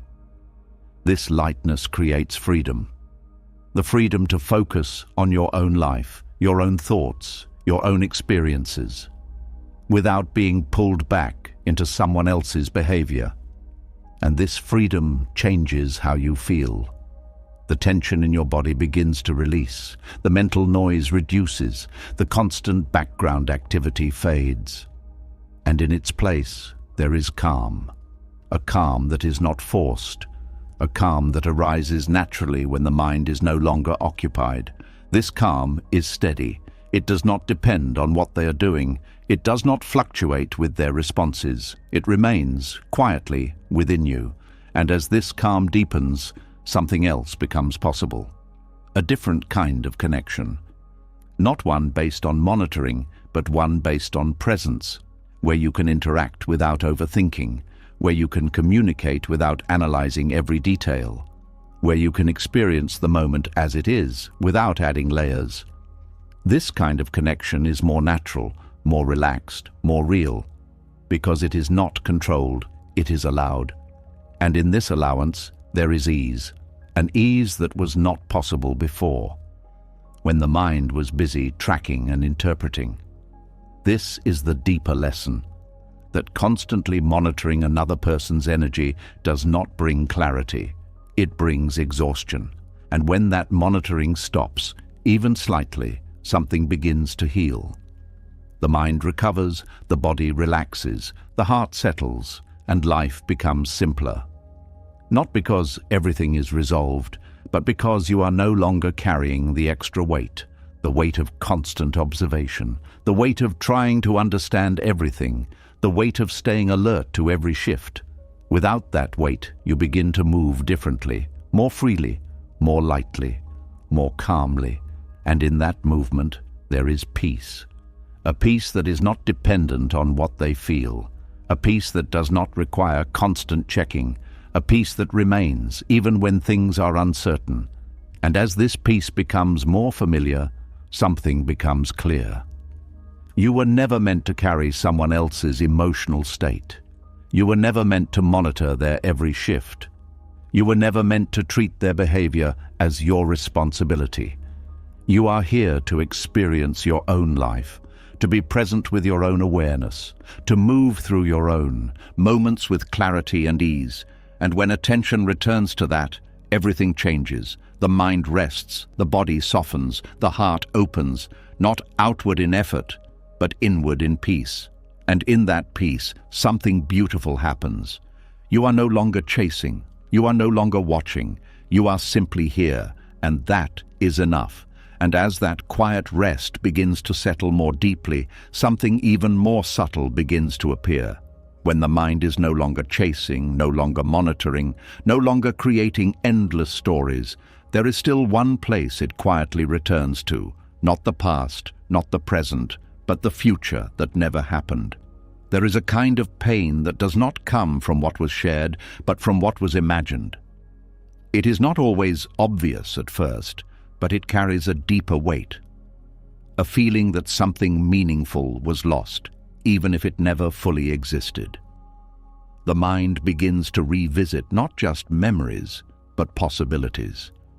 It recalls how things felt, but more importantly, how they could have unfolded. It holds on to small moments and stretches them forward into imagined outcomes. A simple connection becomes a future relationship. A few meaningful conversations become a life that never had the chance to form. A feeling becomes a story. And this story becomes something the heart holds on to. This is where clinging to potential begins. It is not attachment to what was clearly real. It is attachment to what felt possible. And this attachment is powerful because potential feels open. It feels hopeful. It feels alive. But when it is interrupted, when the connection changes, when the other person steps away, that potential does not disappear easily. It lingers, and the mind continues to hold on to it. You may notice how often the thought arises, it could have been something. Not as a clear statement, but as a quiet feeling, a sense that something meaningful was just beginning, a sense that if things had continued, it would have grown into something deeper. And this sense becomes something the heart resists letting go of. Because letting go of potential feels like letting go of something unfinished, something that did not get the chance to become real.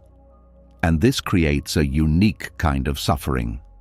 Because it is not tied to what actually happened, it is tied to what never happened. And what never happened has no clear shape. It has no boundaries. It has no ending, which makes it harder to release. The mind fills in the details. It imagines how things would have progressed, how the connection would have deepened, how the future would have looked. And each of these imagined outcomes feels real, not because they occurred, but because they are felt. And this feeling creates attachment, an attachment to something that only exists in the mind. This is where confusion begins, because the heart responds to these imagined futures as if they were real experiences. It feels loss, it feels disappointment, it feels like something valuable has been taken away. But what has been taken away is not something that was fully formed, it is something that was being projected forward. And this projection creates pain, because the mind compares reality to imagination. It looks at what is, and it measures it against what could have been. And in that comparison, reality always feels lacking, because imagination is not limited. It can create perfect scenarios, ideal outcomes, smooth progressions. It removes uncertainty, it removes difficulty, it creates a version of events that feels complete. And when reality does not match that version, it feels like something is missing. But nothing real has been taken away. Only the imagined path has been interrupted. This is where Buddhist understanding offers a deeper perspective. It invites you to see that clinging to potential is still a form of attachment. Not to the past, not to the present, but to an imagined future. And like all forms of attachment, it creates suffering because it resists what is. It tries to hold onto something that is not here. It tries to keep alive a version of reality that never fully existed. And in doing so, it prevents the mind from resting, because there is always something unfinished, always something that feels incomplete, always something that could have been different. This is where letting go becomes necessary again. Not letting go of the person, not letting go of the experience, but letting go of the imagined continuation, letting go of the idea that it had to become something more, letting go of the belief that potential must be fulfilled. This does not mean dismissing what was felt.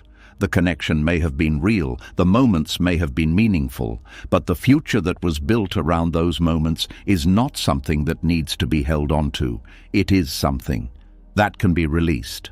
And this release creates space, a space where the mind is no longer projecting forward, a space where the heart is no longer holding on to what never came, a space where reality can be experienced without comparison. This space brings relief, because the tension between what is and what could have been begins to dissolve. The mind no longer tries to reconcile the two. It no longer tries to bring imagination into reality. It simply rests in what is here. And in that resting, something shifts. The pain reduces. Not because the situation has changed, but because the added layer of expectation has been removed. What remains is simpler. There was a connection. It changed. That is all. No additional narrative, no extended storyline, no imagined future that needs to be grieved. And in this simplicity, there is clarity. A clarity that allows you to see things as they are, without distortion, without projection, without attachment to something that was never fully real. This clarity creates peace, a peace that does not depend on how things could have been, a peace that is grounded in how things are. And as this peace deepens, something else becomes possible, a different relationship with possibility itself. Instead of holding on to specific imagined outcomes, there is an openness to what may come, not tied to a particular person, not tied to a specific path, but open, flexible, free from expectation. This openness is lighter. It does not carry the weight of needing something to happen. It allows life to unfold without being shaped by rigid ideas. And in this openness, there is freedom. The freedom to move forward without looking back at what never became real. The freedom to experience new connections without comparing them to imagined ones. The freedom to exist without carrying the weight of unfinished futures. And as this freedom becomes more familiar, something becomes clear. The pain was not coming from what was lost. It was coming from what was being held onto. An imagined version of what could have been. And once that is released, the experience changes. Not dramatically, but quietly. The mind becomes less heavy. The heart becomes less burdened. the overall experience becomes more grounded, more real, more present. This is the deeper lesson. That potential is not something that needs to be preserved. It is something that naturally changes. And when it is no longer held on to, something else emerges. A sense of completion, not because everything reached its full form, but because nothing is being forced to continue. This completion is not about closure. It is about acceptance. Acceptance that not every possibility becomes reality. Acceptance that not every connection continues. Acceptance that some things exist only for a moment. And that is enough. Enough to be felt. Enough to be experienced. Enough to be released. And in that release, peace becomes steady. Not dependent on what could have been, but rooted in what is. And that is where the heart finally rests. And as that grip on imagined futures begins to loosen, something even more revealing starts to come into focus. When you stop holding on to what could have been, when the mind no longer builds stories about a future that never arrived, there is still one question that quietly remains beneath everything. What was this feeling, really? Because when someone pulls away, the pain can feel like love. It can feel deep, intense, and meaningful. It can feel like something sacred has been disturbed. But when the noise settles, when the stories fade, and when the imagined future dissolves, something more subtle begins to appear. Not everything that feels like love is actually love. Something feels strong, almost overwhelming, but at the same time something about it feels unstable. It feels like your emotional state depends on their presence. When they are there, everything feels calm. When they are distant, everything feels uncertain. This is where the distinction begins to reveal itself. There is a quiet difference between loving someone and depending on them. At first, this difference is not easy to see, because both can feel intense. Both can feel important. Both can create strong emotional experiences. But one brings peace, while the other creates instability. When love is present, there is space. You can care deeply, but still feel grounded within yourself. You can appreciate the connection, but still feel whole on your own. You can enjoy their presence, but not collapse in their absence. But when psychological dependence is present, the experience changes.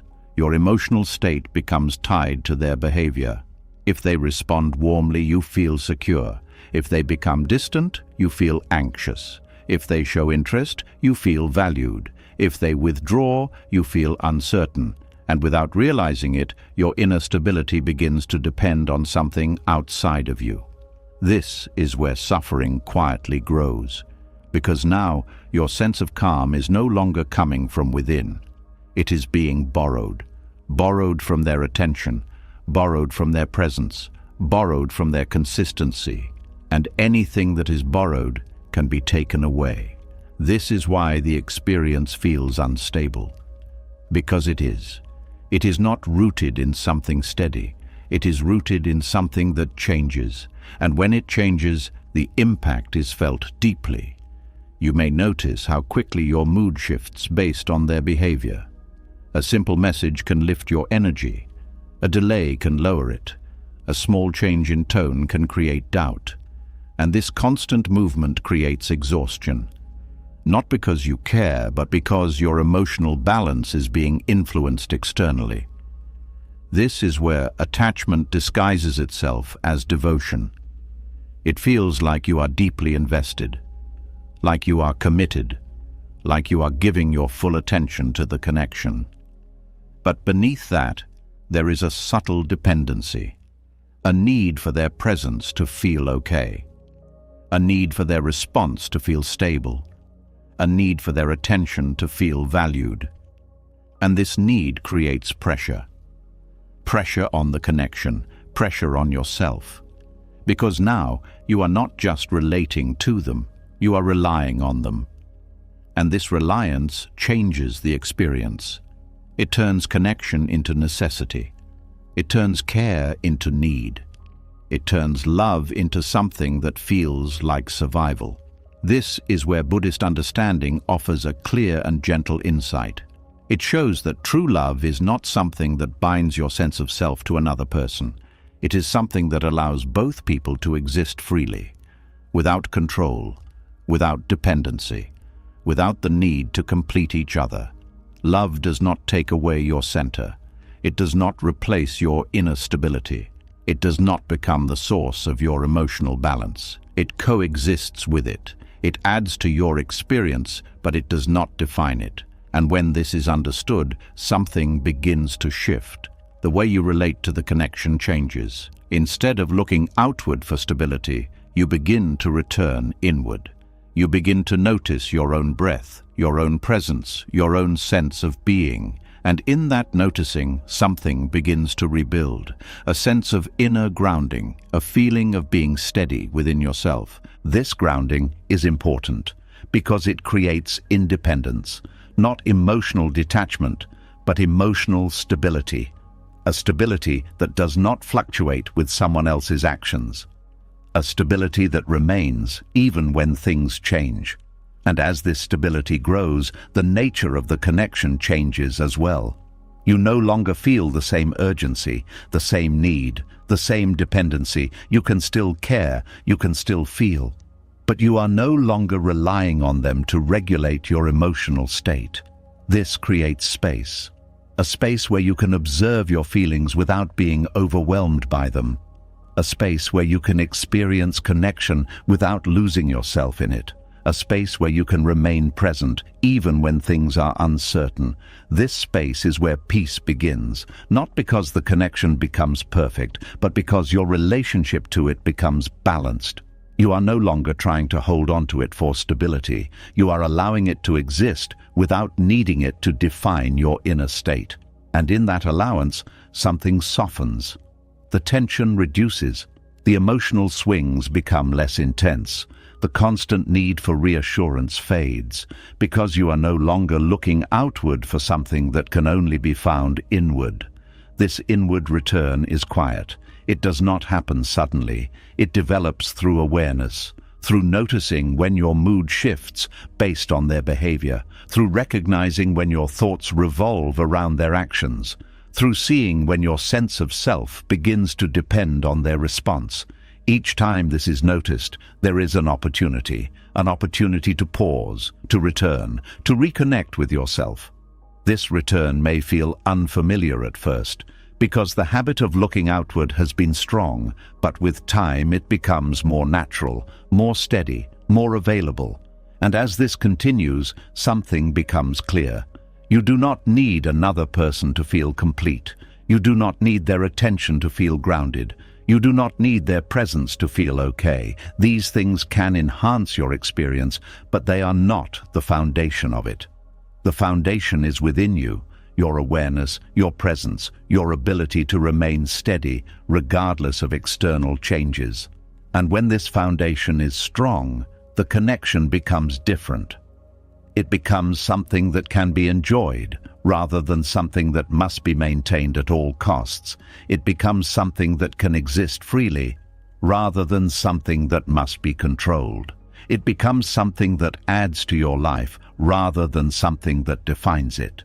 This is the difference between love and psychological dependence. One is open, the other is tight. One allows, the other clings. One is steady, the other fluctuates. And when this difference is clearly seen, the path becomes clear as well. Not a path of detachment, but a path of balance, where you can care without losing yourself, where you can connect without depending, where you can feel deeply without becoming unstable. And in that balance, there is peace, a peace that does not disappear when someone pulls away. A peace that remains quietly within you. And as this peace deepens, something beautiful happens. You begin to experience connection in a new way. Not as something you need to survive, but as something you can share. Not as something you must hold on to, but as something you can allow. And in that allowing, love becomes lighter, freer, more real. And most importantly, it no longer takes away your peace. It exists alongside it. And that is where true inner stability begins. And as that inner stability begins to grow, another quiet fear begins to reveal itself. Even when dependence softens, even when the need for their attention is no longer controlling your emotions, there can still be something deeper that lingers beneath the surface. It is not about needing them. It is about being remembered by them. A quiet discomfort appears, not always loud, but deeply felt. A sense that as they move on, you might slowly disappear from their world. That the moments you shared, the connection you felt, may fade in their memory as if it never held the same weight. And this thought carries a unique kind of pain. There is a subtle ache that arises when the mind considers the possibility of being forgotten, not just physically, but emotionally. The idea that you may no longer occupy a meaningful space in their thoughts, that what mattered to you may no longer matter to them.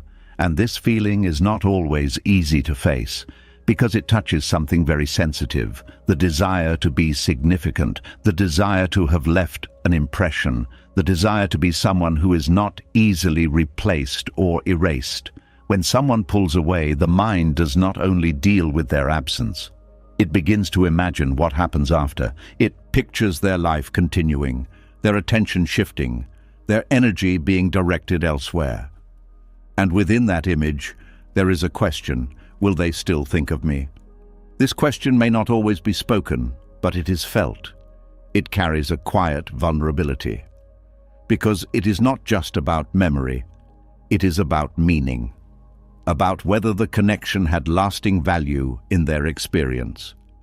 And when the mind does not have an answer, it often assumes the worst. It imagines that you are no longer important, that you have been replaced, that your presence is fading, and this imagination creates pain, because it feels like something about you is being diminished, not in your own eyes, but in theirs. This is where the fear of being forgotten becomes powerful. It is not just about losing connection, it is about losing significance. And this fear can quietly influence your thoughts and emotions. You may find yourself wanting to reach out, not because you need connection, but because you want to remain in their awareness. You may feel a subtle urge to remind them of your presence, to ensure that you are not completely erased. And this urge comes from a very human place, the desire to matter. But when this desire becomes tied to another person's memory, it creates instability, because memory is not something you can control. People remember in their own way. They move through their experiences differently. What stays with them and what fades is not something that can be influenced through effort. And when your sense of value becomes connected to how someone remembers you, it creates dependence. A dependence that is not visible on the surface, but deeply felt inside, because now your worth feels linked to something outside of you, something that can change without your involvement. And this creates insecurity, because there is no guarantee, no certainty, no way to ensure that you remain significant in their mind. This is where Buddhist wisdom offers a deeper understanding. It invites you to look at the nature of identity itself, to see that the idea of being remembered is not the same as being valuable, that your existence does not gain or lose meaning based on someone else's thoughts, that your worth is not something that needs to be preserved in another person's memory. Because memory is temporary, it shifts, it fades, it transforms over time. And if your value depends on something that is constantly changing, it will always feel unstable. But when your value is rooted within yourself, it becomes steady. It no longer depends on external recognition. It no longer needs to be confirmed through remembrance. It simply exists. And this understanding changes how you experience the situation. The fear begins to soften. Not because the possibility disappears, but because it no longer carries the same weight. You begin to see that being forgotten does not erase what was real. It does not diminish the moments that were shared. It does not take away the experience you had.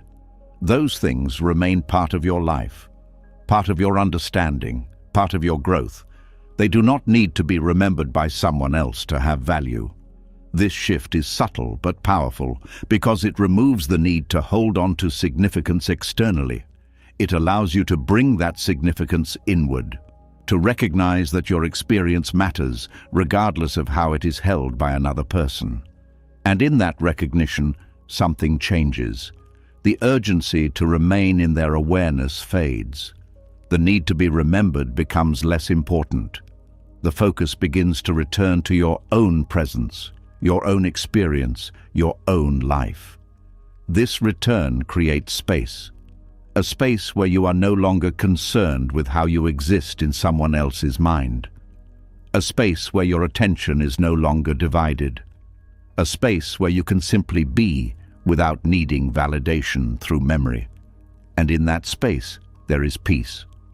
A peace that is not dependent on being held in someone else's thoughts. A peace that is not affected by whether you are remembered or forgotten. A peace that remains steady because it is rooted within you. This peace changes how you see yourself. You no longer measure your worth based on external perception. You no longer seek confirmation through someone else's attention. You no longer feel diminished when someone moves on, because your sense of self is not tied to those movements. It is grounded, stable, independent. And from this place, something else becomes possible. A different relationship with memory itself. You can appreciate what was shared without needing it to continue. You can hold on to the meaning without needing it to be preserved by someone else. You can honor the experience without needing it to define your present. This creates freedom, the freedom to let others move forward without feeling left behind. The freedom to allow change without feeling erased. The freedom to exist without needing to be remembered. And in this freedom, there is lightness. A lightness that was not possible before. When the mind was concerned with significance, with presence, with being held in another person's awareness. Now that concern fades, and what remains is something much simpler, a quiet understanding. That your value is not something that can be lost. That your presence is not something that needs to be preserved externally. That your existence is meaningful, regardless of how it is remembered. And this understanding brings calm, a calm that does not fluctuate with thoughts, a calm that does not depend on external validation, a calm that remains steady, quietly within you. As this calm deepens, something becomes clear. Being forgotten is not the same as losing your worth. It is simply part of the natural movement of life. People come and go, memories form and fade, connections shift and change. But through all of this, your presence remains, your awareness remains, your ability to experience life remains. And that is where your true value lies, not in how you are remembered, but in how you exist. And when this is truly seen, the fear dissolves, not completely, not instantly, but gradually. It loses its intensity, it loses its grip, and what replaces it is something much more stable, a sense of self that does not depend on memory, a presence that does not need to be held by others, a quiet confidence that remains regardless of who stays or who moves on. And in that confidence, there is peace, a peace that does not seek recognition, a peace that does not fear being forgotten, a peace that simply is. And in that being, everything settles, not because the world has changed, but because your relationship to it has, and that is where true inner freedom begins. And as that quiet confidence begins to take root, another hidden pattern slowly comes into view. Even when the fear of being forgotten softens, even when your sense of value is no longer tied to someone else's memory, there is still something the mind continues to hold on to very tightly. The need to be certain, not just about what happened, but about everything. About why it changed, what it meant, what it says about the connection, and what it means for the future. The mind does not like loose ends. It does not like unanswered questions. It wants clarity, finality, and complete understanding. And when it does not get that, it keeps returning. There is a quiet restlessness that appears when things are unclear, a subtle discomfort that feels like something is unresolved. The situation may have already changed, the connection may already be distant, but the mind does not settle. It circles back. It reopens questions. It tries again to make sense of what happened. And beneath all of that movement, there is one belief driving it: that peace will only come once everything is fully understood. There is a certain kind of discomfort that feels unfinished, like a sentence that was never completed. Something inside keeps going back, not because the moment is still active, but because it feels unresolved. The mind holds on to the idea that if it can just understand the full picture, the confusion will end. That if it can just find the right explanation, everything will settle into place. But this belief creates a loop, because the explanation it is searching for is not always available. Not everything can be explained clearly. Not every situation has a clean answer. Not every change comes with a reason that feels satisfying. And when the mind cannot find what it is looking for, it does not stop. It tries harder. It thinks more. It revisits the same details again and again, hoping that something new will appear. But nothing new comes. Only the same thoughts, repeated in different ways. And this repetition keeps the wound open. Because each time the mind returns to the question, it reactivates the experience. It brings the uncertainty back into the present. It keeps the emotional response alive. And as long as the question remains active, the feeling does not fully settle. This is how craving certainty creates suffering. Not because wanting clarity is wrong, but because depending on it prevents the mind from resting. You may notice how difficult it feels to let go of something that is not fully understood. There is a sense that if you move on without clarity, you are leaving something unfinished. But this is an illusion, because the need for completeness is coming from the mind, not from reality. Reality does not require explanation to continue. It moves regardless of whether you understand it. But the mind resists this. It wants everything to make sense before it allows itself to relax. And this resistance creates tension, a tension that feels like something is still open, something that still needs to be resolved. But what if resolution does not come through understanding? What if peace does not depend on having all the answers? This is where a deeper shift begins. Not by forcing the mind to stop asking questions, but by changing how those questions are held.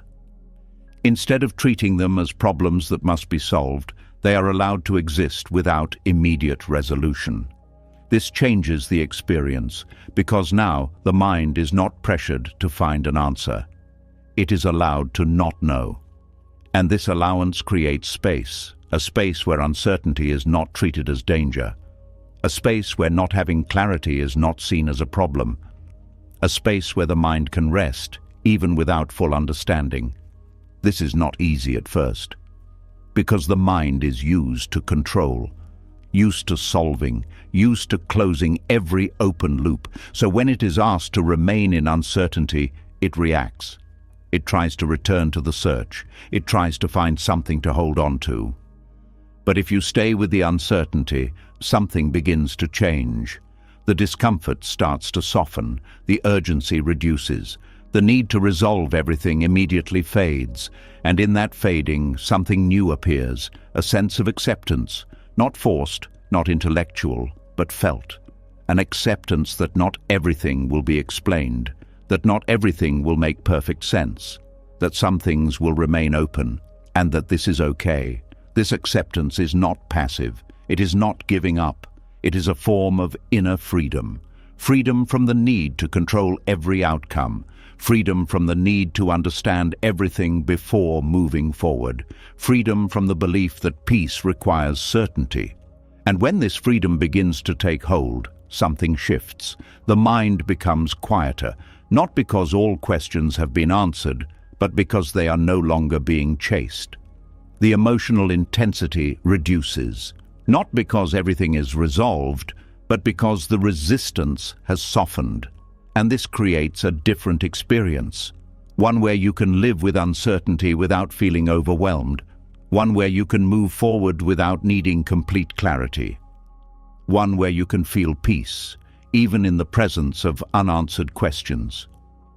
This is where true healing begins.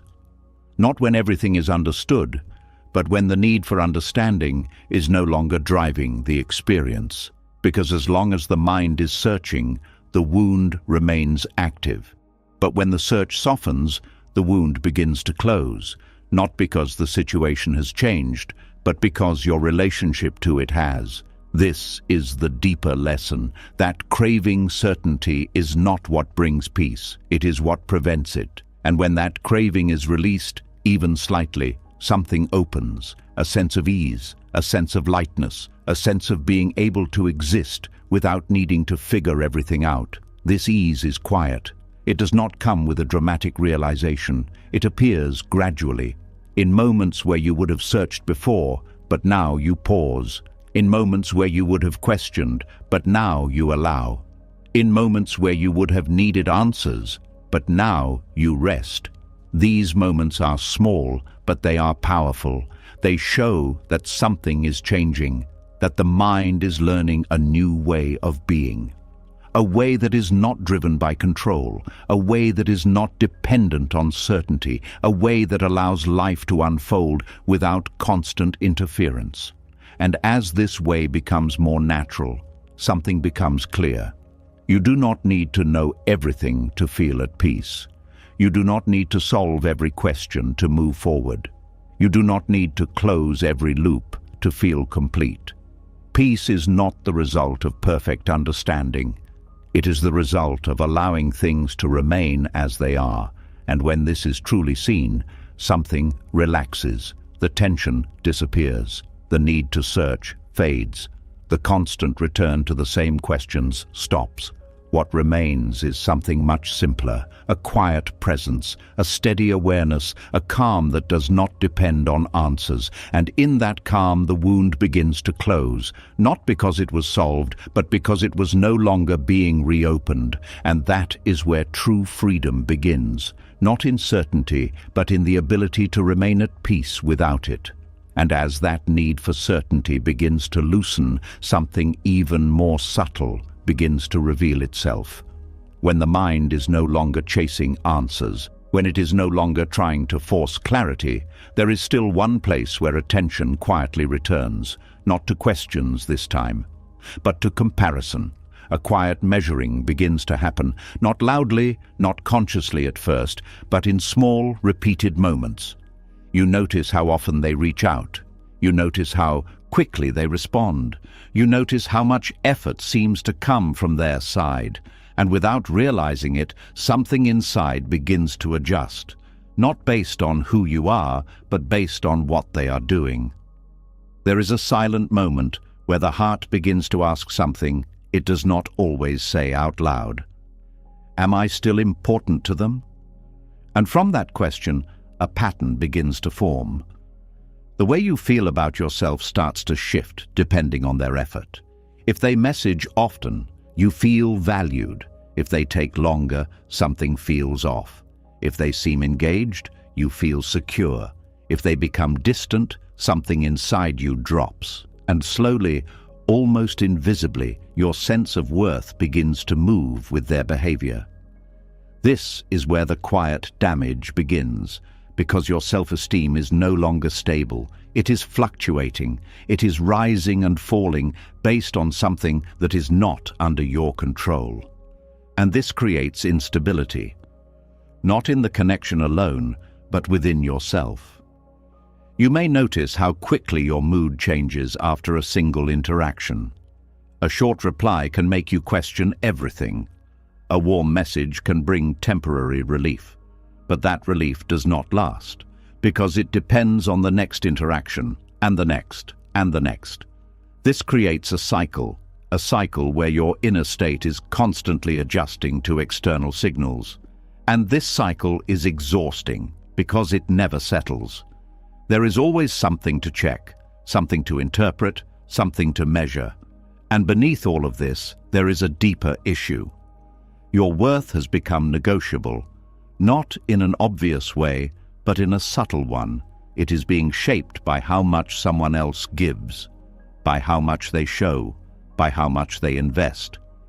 And when that investment changes, your sense of value changes with it. This is where suffering deepens, because now you are not just experiencing the connection, you are evaluating yourself through it. You are using their effort as a reflection of your importance, and this reflection is unstable, because it is based on something that is always changing. People's behavior is influenced by many things: their mood, their circumstances, their priorities, their own internal state, and none of these are fixed. But when your worth depends on these changing factors, it creates constant fluctuation. You begin to feel unsure of yourself, not because something about you has changed, but because the external signal has.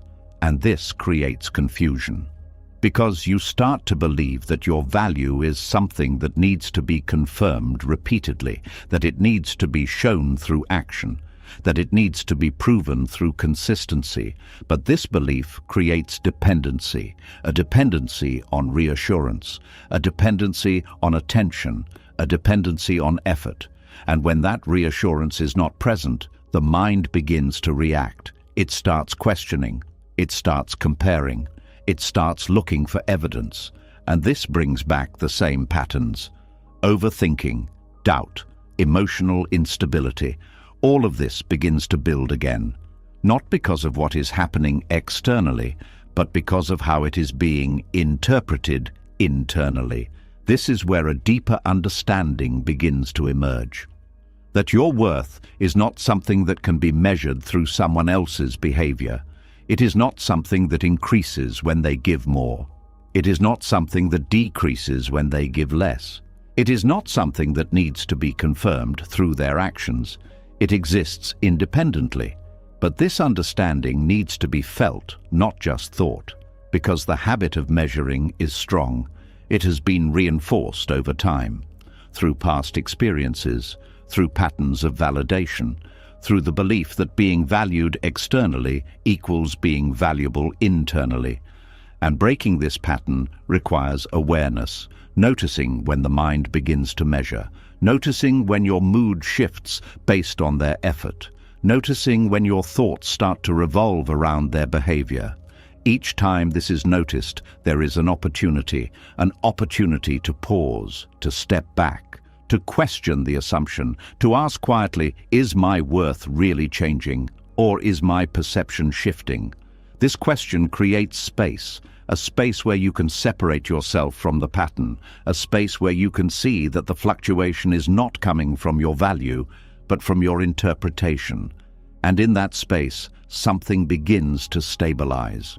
Your sense of self starts to return, not as something that needs to be built, but as something that was always there, unchanging, unaffected by external movement.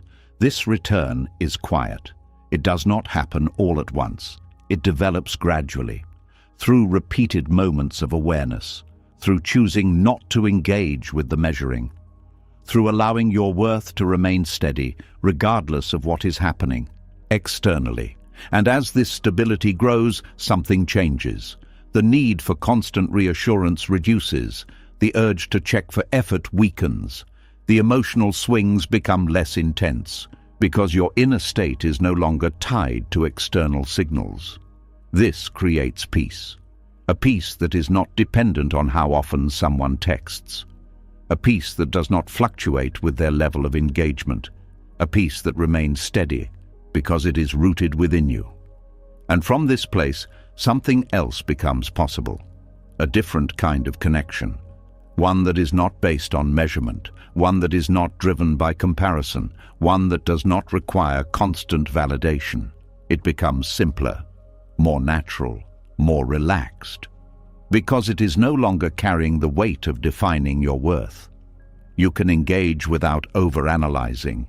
You can respond without overthinking. You can exist within the connection without losing yourself in it.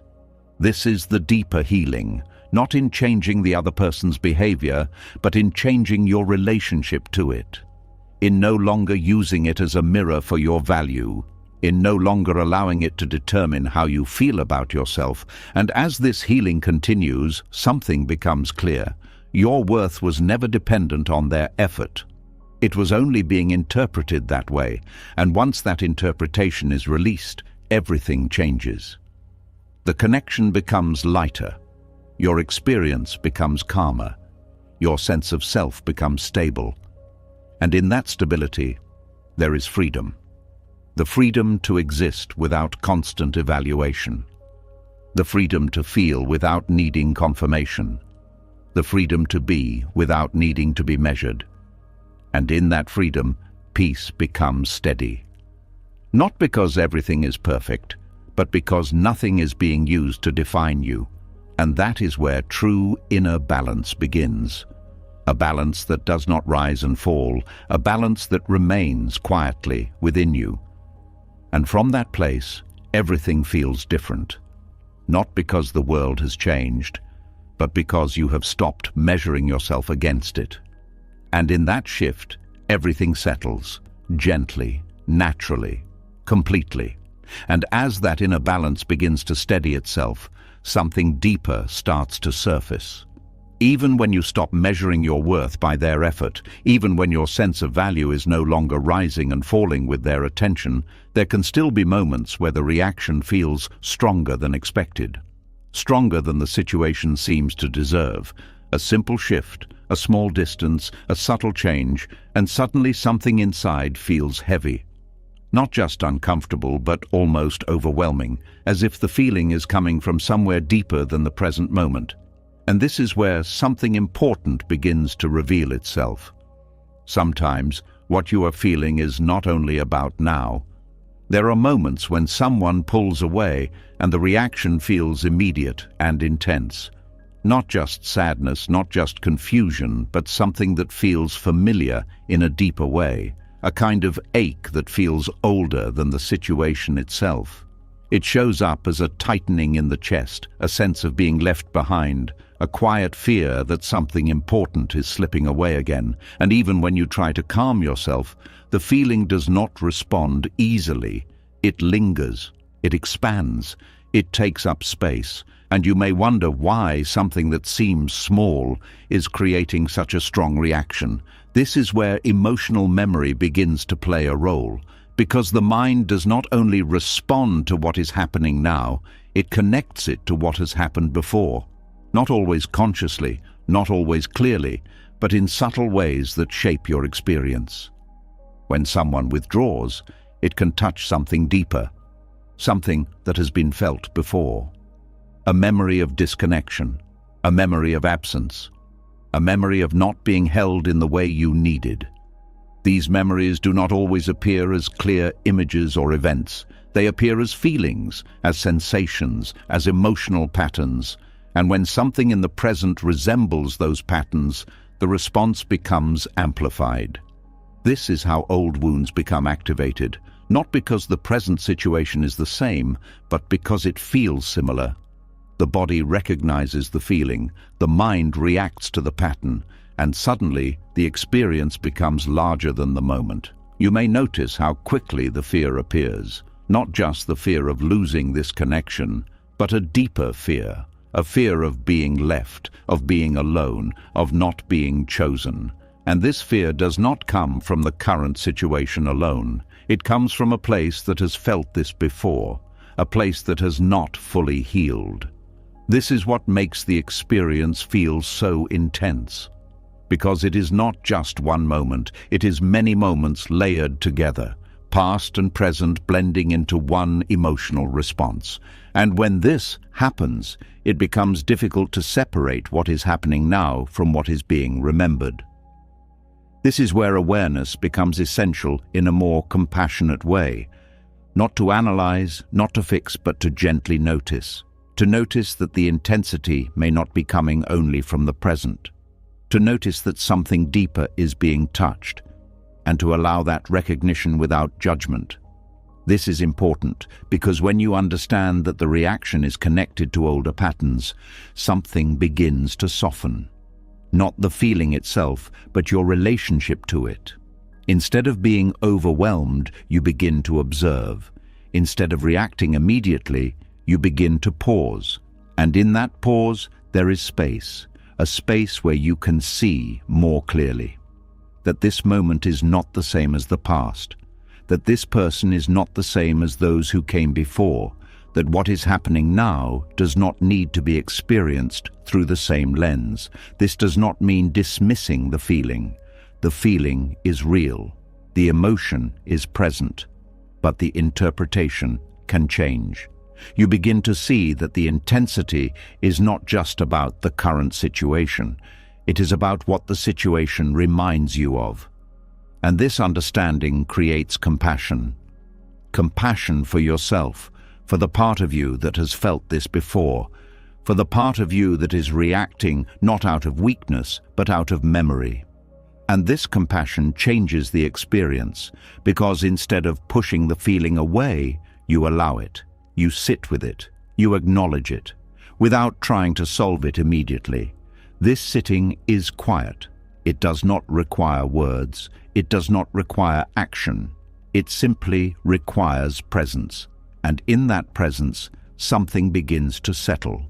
The emotional wave does not disappear instantly, but it becomes less overwhelming, because it is no longer being resisted.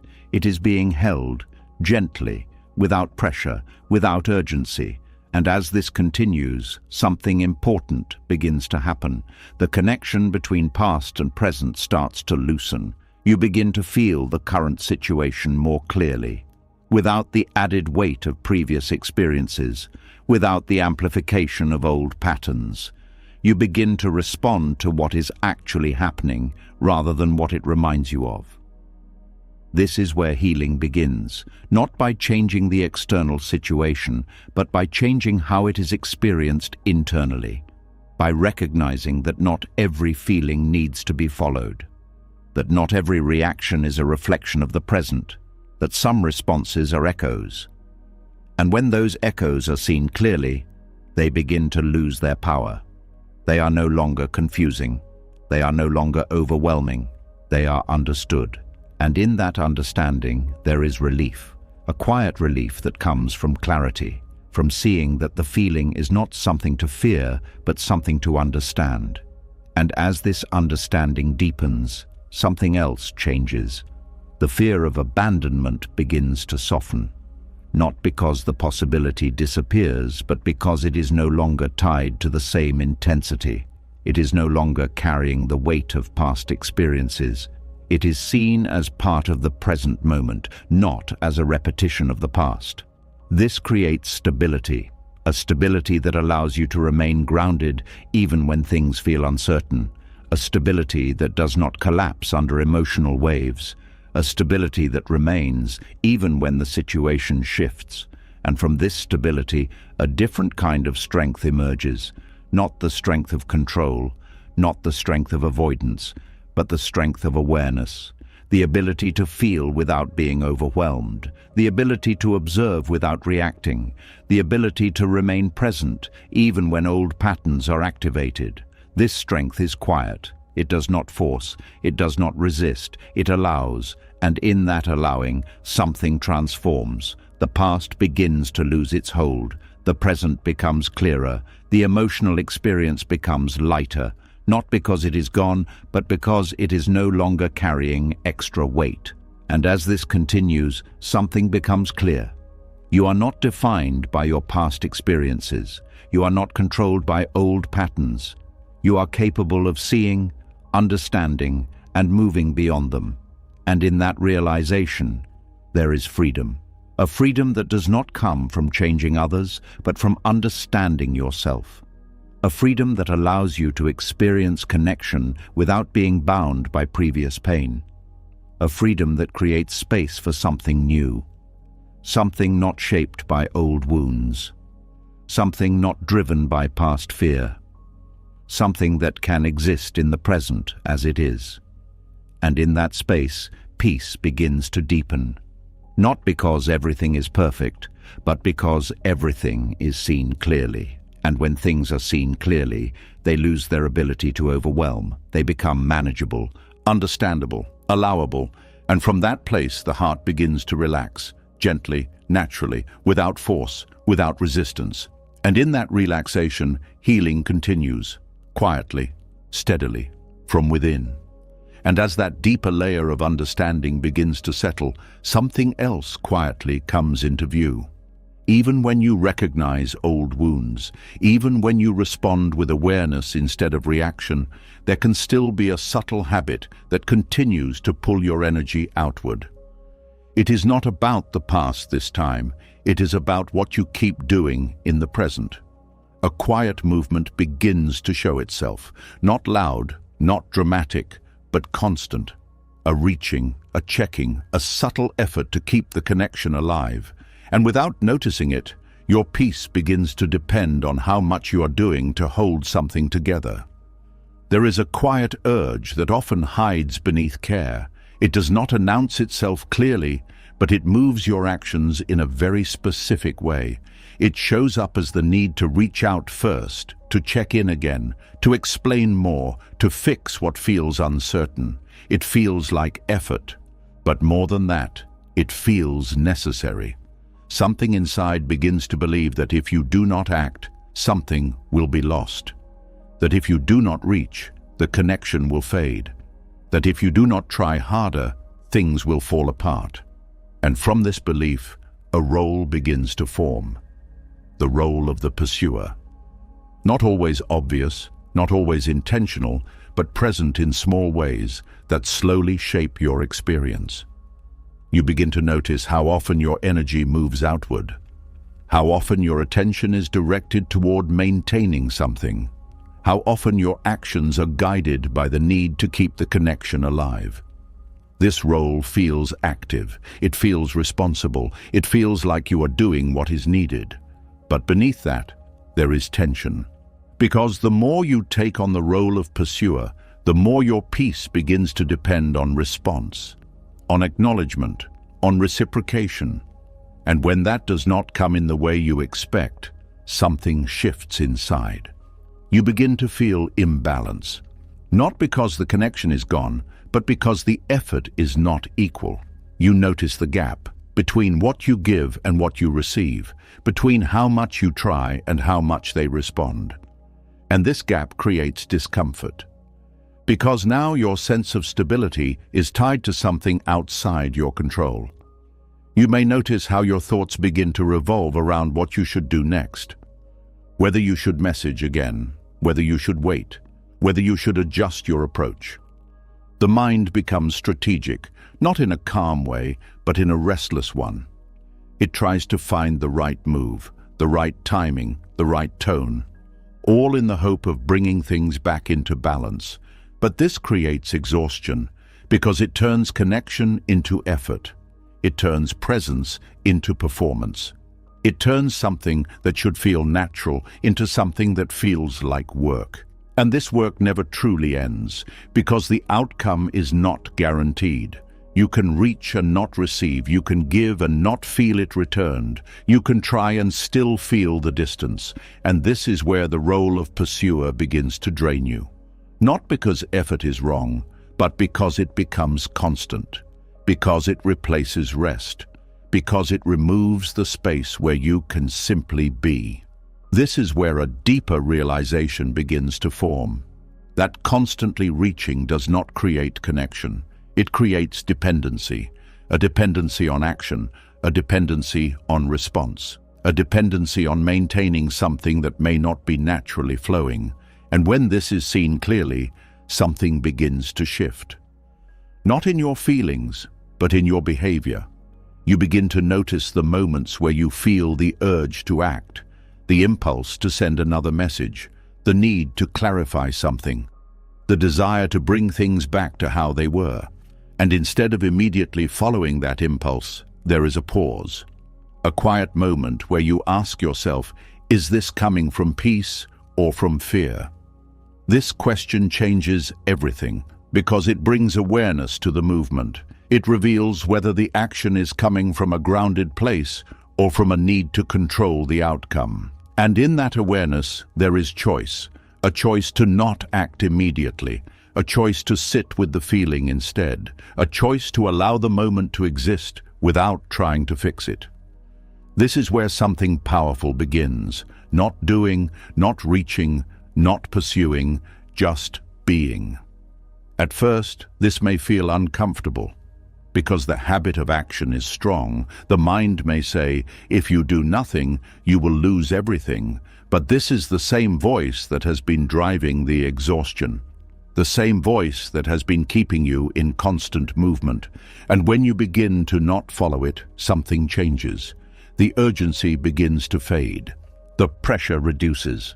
The constant need to act softens. And in that softening, something returns. Your energy.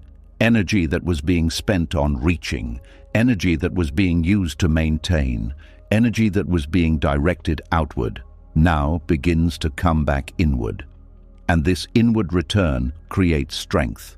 Not the kind of strength that forces or controls, but the kind that remains steady.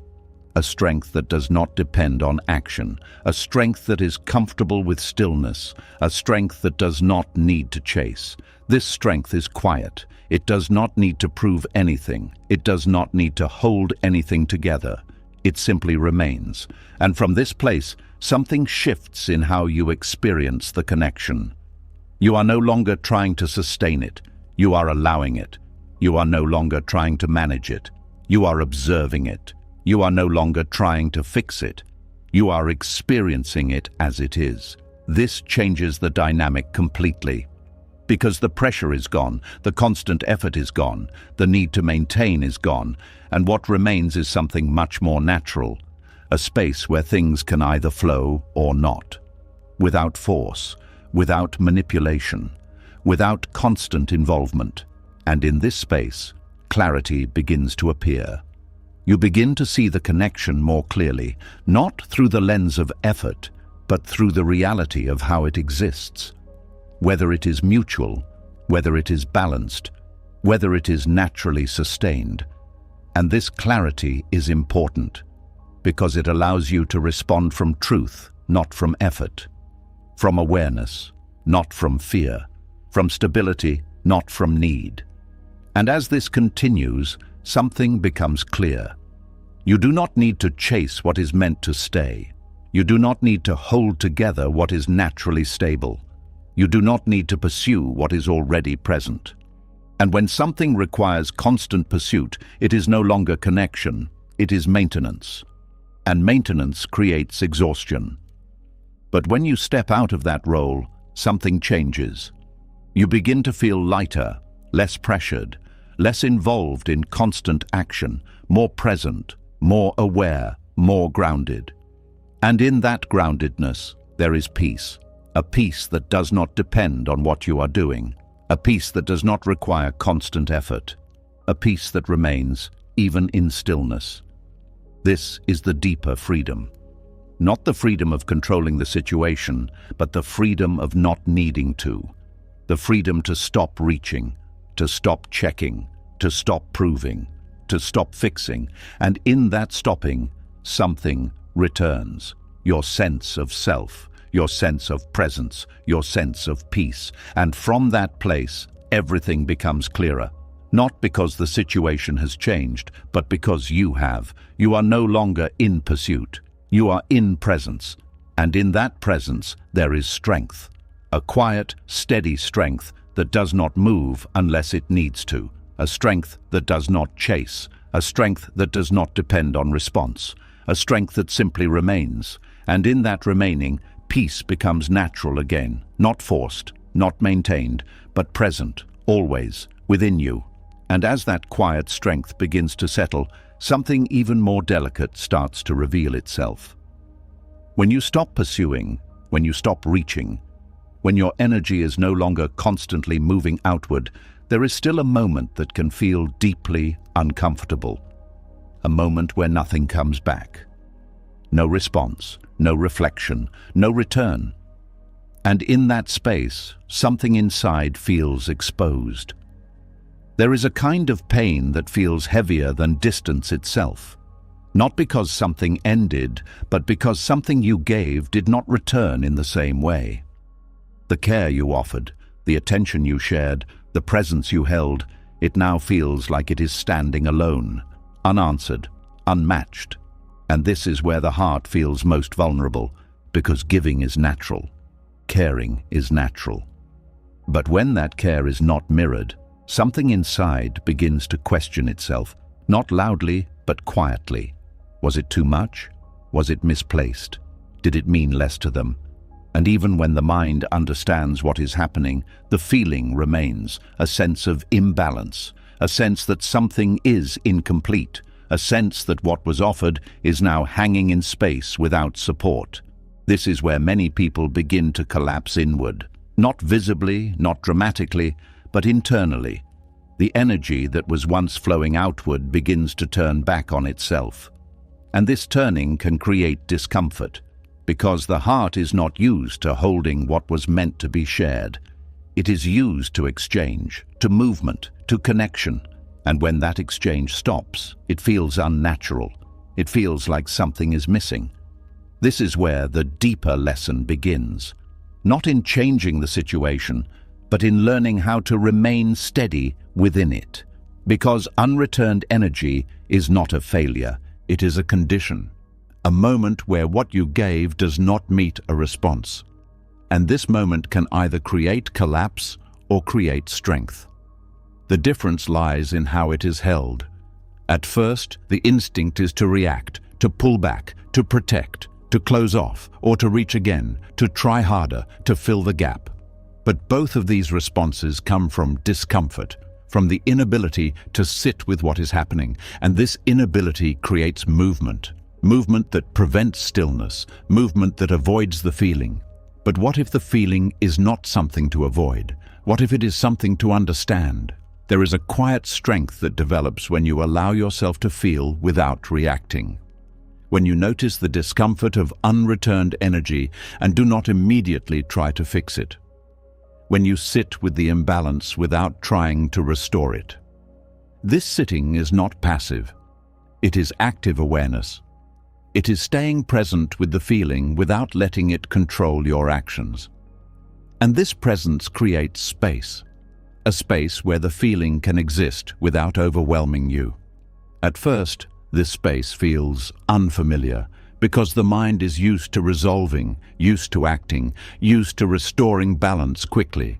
But when you remain in the space without rushing, something begins to shift. The intensity softens, the urgency fades. The feeling becomes more manageable, not because it disappears, but because it is no longer being resisted. And in that acceptance, something changes. The energy that once felt like it needed to go outward begins to settle inward. It no longer feels like it has to be received to have value. It no longer feels like it has to be returned to feel complete. It begins to exist on its own. And this is where wholeness begins to return, because the need for reciprocity begins to loosen. Not in a way that denies its importance, but in a way that removes its control over your emotional state. You begin to see that your ability to care is not dependent on how it is received, that your capacity to give is not diminished by someone else's inability to return, that what you offer remains valuable even when it is not mirrored. This understanding creates stability. A stability that is not shaken by imbalance, a stability that does not collapse when things are not equal, a stability that remains even when the connection shifts. And from this stability, something deeper emerges, a sense of inner completeness. Not because everything is balanced, but because you are no longer depending on balance to feel whole. This is the essence of Buddhist steadiness, not the absence of discomfort, but the ability to remain present within it. to sit with what is happening without needing it to change, to feel without reacting, to allow without collapsing. And this steadiness changes everything, because now the experience of unreturned energy is no longer threatening. It is simply something that is happening. It does not define you. It does not diminish you. It does not require immediate action. It can be held gently, without resistance. And as this continues, something becomes clear. The pain was not coming from the lack of reciprocity alone. It was coming from the belief that your wholeness depended on it. And once that belief softens, the experience changes. The imbalance becomes less intense. The discomfort becomes more manageable. The need to fix it disappears. What remains is a quiet awareness. An understanding that connection can shift without taking away your stability. That care can exist without being mirrored. That presence can remain, even when it is not returned in the same way. And in that understanding, there is peace. A peace that does not require equality in every moment. A peace that does not depend on perfect balance. A peace that remains steady, even when things feel uneven. This peace is not cold. It is not detached. It is grounded. It allows you to care without losing yourself, to feel without collapsing, to remain open without becoming dependent.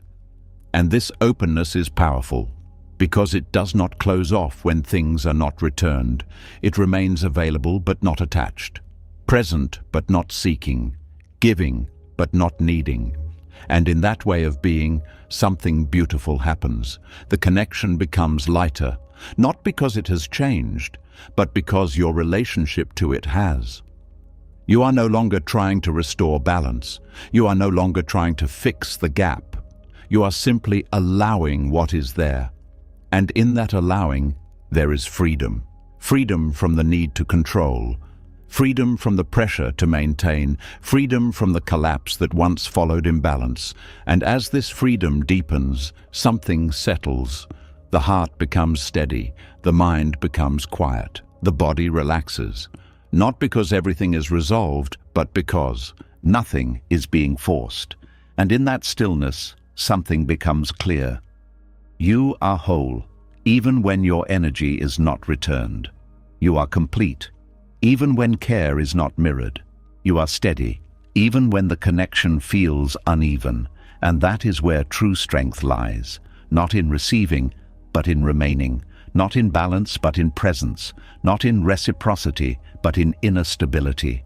And from that place, peace becomes unshakable, quiet, steady, always there, waiting beneath the need for things to be different. And once you rest in that place, nothing outside of you has the power to collapse you again.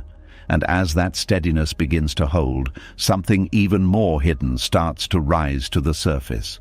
When you no longer chase, when you no longer measure your worth, when you learn to sit with what is not returned, there is still one place the mind quietly turns toward: yourself. Not in a gentle way at first, but in a questioning way, a reviewing, correcting, almost judging way, as if something inside begins to look back and search for what went wrong. And without noticing it, the direction of pressure changes. It no longer comes from them. It comes from within. There is a quiet voice that begins to speak after emotional distance appears. It does not shout, but it repeats itself in subtle ways. It revisits conversations, but this time not to understand them, but to evaluate them. It asks questions that feel personal. Did I say too much? Was I too available? Did I push them away? Was I not enough? These questions do not come with curiosity. They come with weight, because each one carries an assumption that something about you caused the distance. And from that assumption, a pattern begins to form, a pattern of self-punishment. It may not look harsh on the outside. There may be no visible action. But internally, something tightens. The mind begins to hold itself responsible. It starts to believe that if you had acted differently, things would have remained the same. And this belief creates tension, because it turns the situation into something that must be corrected, even though it has already passed. You may notice how often the mind replays not just what happened, but how you were within it. It focuses on your words, your tone, your timing, your presence. And it tries to adjust them, to improve them, to imagine a version of yourself that would have created a different outcome. And this imagining feels like learning, but beneath it there is pressure. Because it is not about growth, it is about blame. A subtle blame that keeps pointing inward, as if something about you needs to be fixed, as if something about you was not right. And this creates discomfort, because the mind is not just processing the experience, it is turning against itself. This is where self-punishment begins to deepen, not through harsh actions, but through constant correction, through repeated thoughts that question your worth, through internal dialogue that is never fully satisfied. Because no matter how many times you review, the outcome does not change. And yet, the mind continues. It continues to search for the exact moment where something could have been different.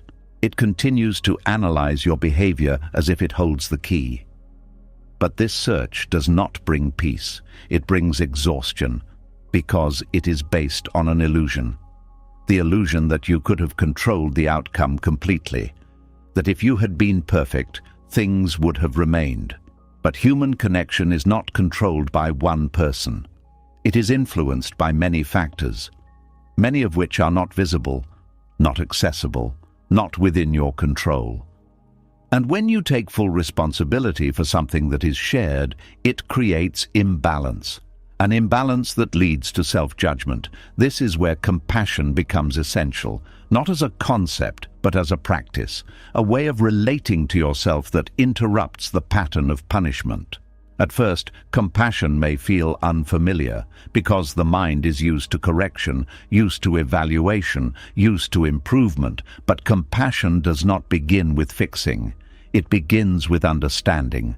Understanding that you responded in the way you knew at the time. Understanding that your actions came from a place of care, even if they were not perfect. Understanding that being human includes making choices that are not always ideal. This understanding softens the inner voice. It reduces the intensity of the questioning. It creates space where there was once pressure, and in that space, something changes. The need to blame begins to fade. The urge to correct every detail weakens. The constant review slows down. Not because the mind is forced to stop, but because it is no longer fueled by judgment. This is where the cycle begins to break. Not through resistance, but through kindness. A kindness that does not excuse everything, but that allows everything to be seen without harshness.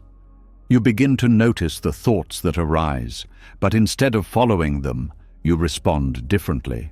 Instead of asking, "What is wrong with me?" you ask, "What was I feeling at that moment?" This shift is small but powerful, because it moves the focus from judgment to understanding, from blame to awareness. And in that shift, something softens. The emotional weight begins to lift. The pressure reduces. The internal environment becomes calmer. This calm creates clarity, a clarity that allows you to see the situation more accurately, not through the lens of self-blame, but through the lens of reality. You begin to see that not everything was within your control, that not every outcome could have been changed, that not every action needed to be perfect. And this realization brings relief. A relief that comes from releasing responsibility that was never fully yours. A relief that allows you to let go of the constant need to fix yourself. A relief that creates space for acceptance. This acceptance is not resignation. It is acknowledgement. Acknowledgement of what happened. Acknowledgement of how you were. Acknowledgement of what you felt, without adding layers of judgment. And in that acknowledgement, something heals, because the mind no longer needs to defend or correct. It can simply rest. And as this rest deepens, something becomes clear. You do not need to punish yourself to learn. You do not need to blame yourself to grow.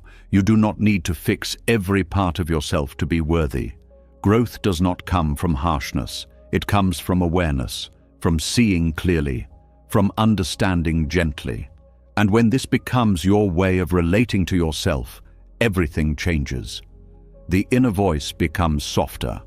The thoughts become lighter. The emotional experience becomes more stable. Because you are no longer creating conflict within yourself. You are creating support. This support is quiet. It does not demand. It does not pressure. It simply allows you to feel, allows you to reflect, allows you to exist without constant correction. And in that allowing, something settles.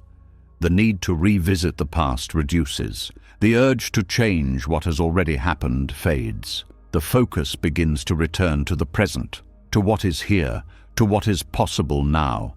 And from this place, something new becomes available. Not a perfect version of yourself, but a grounded one. One that is not defined by mistakes. One that is not shaped by judgment. One that is steady, even in reflection. This steadiness creates peace, a peace that is not dependent on being flawless, a peace that does not disappear when things go wrong, a peace that remains even when you see your imperfections, because those imperfections are no longer seen as problems, they are seen as part of being human. And in that understanding, something changes.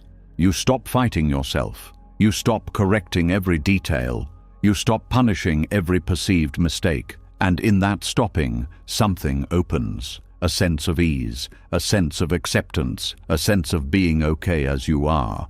This is where true healing begins, not in becoming perfect, but in becoming kind to yourself. And as this kindness deepens, the cycle of self-punishment comes to an end, not abruptly, but gradually, with each moment of awareness, with each shift in perspective, with each act of compassion. And in that ending, there is freedom, freedom from judgment, freedom from blame, freedom from the need to constantly fix yourself. What remains is something much lighter. A quiet sense of self that does not need to be improved to be accepted. A presence that is not weighed down by past actions. A calm that exists simply because you are no longer creating inner conflict. And in that calm, peace becomes natural again. Not forced, not constructed, but present, always, within you. And as that inner softness begins to take hold, something else quietly reveals itself. When you stop blaming yourself, when the pressure to fix your past fades, there is still one habit that continues to keep the mind restless. A habit so subtle it feels normal. The need to interpret everything. Even in calm moments, even when nothing is clearly wrong, the mind begins to scan. It looks at messages, pauses, timing, tone, and tries to read between the lines. It tries to understand what is really being said beneath what is actually said. And without noticing it, the mind turns simple moments into complex signals. A message arrives, and instead of just reading it, something inside begins to question it. Why was it short? Why did it take longer this time? Why does it feel different? And the moment that could have passed quietly becomes something to analyze. There is a quiet tension that forms when the mind starts decoding everything. It no longer allows experiences to be simple. It no longer lets communication be direct. It assumes there is always something hidden. And this assumption creates movement. Constant, subtle movement. The mind begins to break things down. A word becomes a clue, a delay becomes a sign, a change in tone becomes a message. And all of this happens quickly, almost automatically, because the mind believes it is protecting you. It believes that if it can understand everything, it can prevent confusion. But instead, it creates more of it. Because not everything carries hidden meaning. Not every message is layered. Not every pause is intentional. And when the mind treats everything as a signal, it begins to lose clarity. it becomes overwhelmed with interpretation, and this creates suffering. Not because something is happening externally, but because something is constantly happening internally. You may notice how difficult it becomes to feel calm when the mind is decoding everything. Even simple interactions feel heavy. Even neutral moments feel uncertain. Because nothing is taken at face value. Everything is questioned, everything is examined, everything is turned into something more. And this constant examination creates tension. A tension that does not allow rest. Because the mind is always working, always trying to understand, always trying to read beyond what is visible. This is where the deeper problem lies. Not in what is happening, but in how it is being processed. Because when every moment is turned into something that needs to be decoded, there is no space for stillness, no space for simplicity, no space for peace. This is where a shift begins. Not by forcing the mind to stop thinking, but by changing how it relates to what it sees, by allowing things to be as they appear, without adding layers, without searching for hidden meaning, without turning every detail into a question. At first, this feels unfamiliar because the habit of decoding is strong. The mind may say, if you do not analyze this, you will miss something important. But this is the same voice that has been creating the tension. And when you begin to not follow it, something changes. The experience becomes lighter. A message is just a message. A delay is just a delay. A tone is just a tone. Without the added interpretation, everything becomes simpler. And in that simplicity, there is relief. Because the mind no longer has to work as hard. It no longer has to process every detail. It no longer has to stay alert for hidden meaning. This creates space. A space where you can experience things directly, without distortion, without assumption, without unnecessary complexity. And in that space, something settles. The emotional intensity reduces, the mental noise softens, the overall experience becomes calmer. This calm is not forced. It arises naturally when the mind is no longer overactive. And as this calm deepens, something becomes clear. Not everything needs to be understood beyond what is visible. Not everything carries a deeper message. Not everything requires interpretation. Sometimes what is there is enough. And when you allow that, the mind begins to trust. It trusts that it does not need to control every moment. It trusts that it can exist without constant analysis. It trusts that clarity does not come from decoding everything, but from allowing things to be. This trust changes how you move through the experience. You become less reactive, less suspicious, less driven by the need to understand everything, and more present, more grounded, more at ease. This ease is important because it restores balance. It brings the mind back to a natural state, a state where it can observe without interfering, where it can receive without questioning, where it can rest without needing to solve. And in this state, something opens, a sense of freedom. Freedom from the constant need to interpret, freedom from the pressure to analyze, freedom from the habit of turning everything into a puzzle. And with this freedom, something else becomes possible. Connection, real connection, not one filtered through analysis, but one experienced directly, where you can listen without decoding, where you can respond without overthinking, where you can be present without searching for hidden meaning. This kind of connection is lighter, more genuine, more natural, because it is not being processed through layers of interpretation. It is being experienced as it is, and in that experience there is peace, a peace that does not depend on understanding everything, a peace that remains even when things are simple, a peace that allows you to exist without constant mental activity. And as this peace becomes more familiar, something becomes clear. The need to decode was never bringing clarity. It was creating confusion.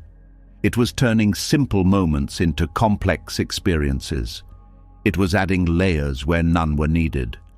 And once that habit begins to fade, everything changes. The mind becomes quieter, the heart becomes lighter, the overall experience becomes more stable. Because you are no longer creating unnecessary movement. You are allowing stillness. And in that stillness, serenity enters. Not dramatically, not suddenly, but quietly. In moments where the mind does not react. In moments where you do not question. In moments where you simply experience what is there. These moments may feel small, but they are powerful, because they show that something has shifted, that the mind is no longer controlling everything, that it is learning to rest. And as it continues to rest, something settles, a sense of ease, a sense of clarity, a sense of peace. Not because everything is understood, but because nothing is being overinterpreted. And in that simplicity, everything becomes lighter, more manageable, more real. This is the deeper lesson. That peace does not come from decoding every sign. It comes from letting signs be signs, from allowing moments to be moments, from experiencing life without turning it into something more. And when this is truly understood, the mind relaxes, the tension fades, the constant questioning stops. What remains is something much simpler, a quiet presence, a steady awareness, a calm that does not depend on interpretation. And in that calm, peace becomes natural again, always there, waiting beneath the need to understand everything. And once you stop decoding, you finally begin to feel. And as that quiet simplicity begins to settle, something even more delicate begins to reveal itself. When you stop decoding every message, when you allow things to be as they are, there is still one subtle attachment that can quietly remain beneath everything. It is not about understanding anymore, it is about significance. A quiet desire begins to surface, one that is not always spoken, but deeply felt. The desire to be different, to be the one person they would never treat like the others, the one who would not be left, not be forgotten, not be replaced. And without noticing it, the heart begins to hold on to something very specific, the need to be the exception. There is a feeling that sits beneath many reactions, even when the mind has become quieter. It is not loud, but it carries weight. A subtle expectation that your connection was meant to be different, that it was supposed to last, that it was supposed to mean more. And when things begin to change, this expectation becomes painful because it feels like something that should not have happened. You may notice how the mind compares, not just between past and present, but between you and others. It asks questions that are not always spoken clearly. Why did this happen to me? Why was I not different? Why did I not become the one they stayed for? These questions carry a quiet longing, a longing to have been chosen in a way that felt permanent, to have been the person who stood apart, the person who mattered in a way that could not be replaced. And this longing creates attachment, not just to the person, but to the idea of being special in their life. And when that idea is challenged, something inside feels shaken. Because it is not just the connection that is changing, it is the identity you held within that connection, the identity of being someone who was different, someone who was not like the others, someone who would not be left behind. This identity feels comforting when things are stable, but when things shift, it becomes fragile. Because it depends on something outside of you. It depends on how they see you, how they treat you, how they prioritize you. And when those things change, the identity begins to crack. This is where suffering deepens, because now it is not just about losing connection. It is about losing a sense of specialness, a sense that you held a unique place. And this loss can feel personal, not because you are less, but because the idea of being the exception has been challenged. This is where Buddhist understanding offers a quiet but powerful shift. It invites you to see that the need to be the exception is still a form of attachment. An attachment to identity, an attachment to being seen in a certain way, an attachment to holding a specific place in someone else's life. And like all attachments, it creates tension, because it tries to hold something that cannot be fixed. People's feelings change, their priorities shift, their attention moves, and no matter how meaningful a connection feels, it does not guarantee permanence. This is not a failure, it is part of the nature of human experience. But the mind resists this. It wants something stable, something unchanging, something that confirms your importance. And this is where the desire to be the exception becomes strong, because it promises that stability. It promises that you will not be treated like everyone else, that your place will be secure, that your connection will not fade. But this promise is not something that can be controlled. It is an idea, a hope. And when reality does not match that hope, the gap creates pain. This is where humility begins to play a role, not as something that lowers you, but as something that frees you. Humility allows you to see that you do not need to be the exception to have value, that your worth is not tied to being irreplaceable, that your presence does not need to stand above others to be meaningful. This understanding softens the grip. The need to be special begins to loosen. The attachment to being different begins to fade. And in that fading, something changes. The pressure disappears. The need to hold a certain place in someone's life reduces. The comparison stops, because you are no longer measuring yourself through their perspective.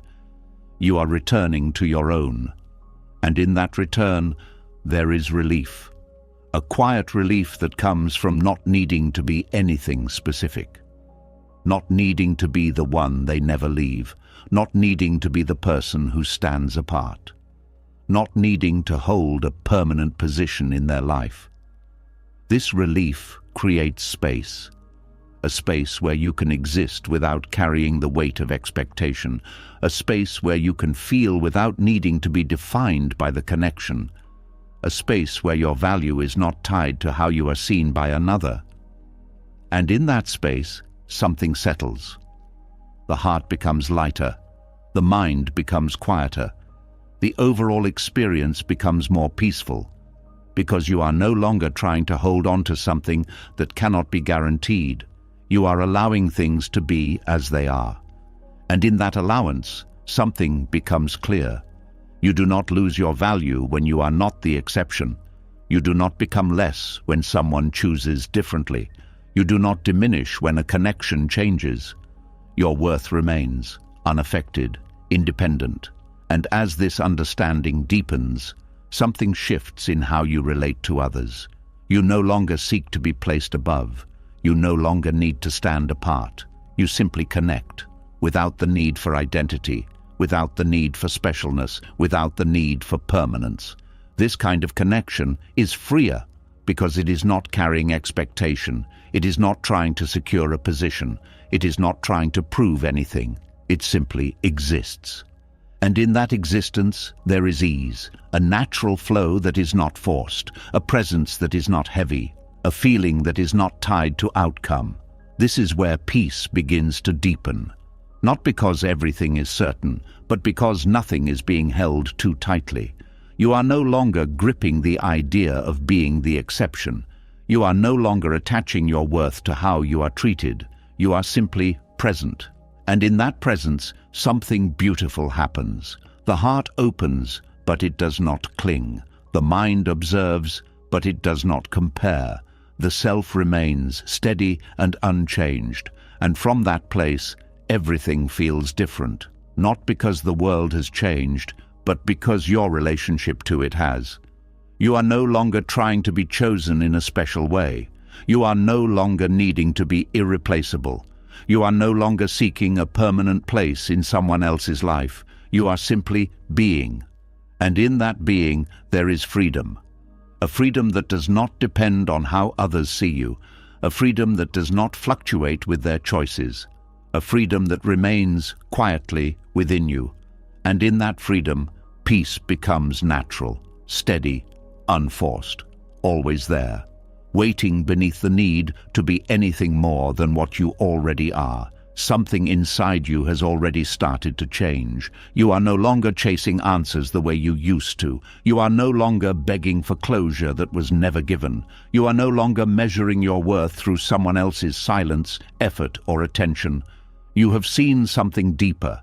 That overthinking was never about them. It was about the mind trying to control what it could not hold, trying to protect what it could not keep, trying to understand what was never meant to be explained. And now something is softer. You see that peace does not come from clarity, from replies, from reassurance, or from being chosen. It comes from letting go of the need for all of it. It comes from returning to yourself, from sitting with what is, from allowing life to move without forcing it to stay. This is where your power is, not in being remembered, not in being the exception, not in being chased, but in being steady within yourself. And once you taste that stillness, even for a moment, you realize something important. Nothing that leaves takes your peace with it, unless you follow it. So if something in this spoke to you, if you felt a shift even slightly, drop a comment below and write, "I choose peace." Let it be your quiet decision, your turning point, your reminder. And if you want more of this, more clarity, more calm, more freedom from the noise in your mind, subscribe to the channel and stay with this journey. Because the more you return to yourself, the less anything outside of you can shake you, and that is where true peace begins.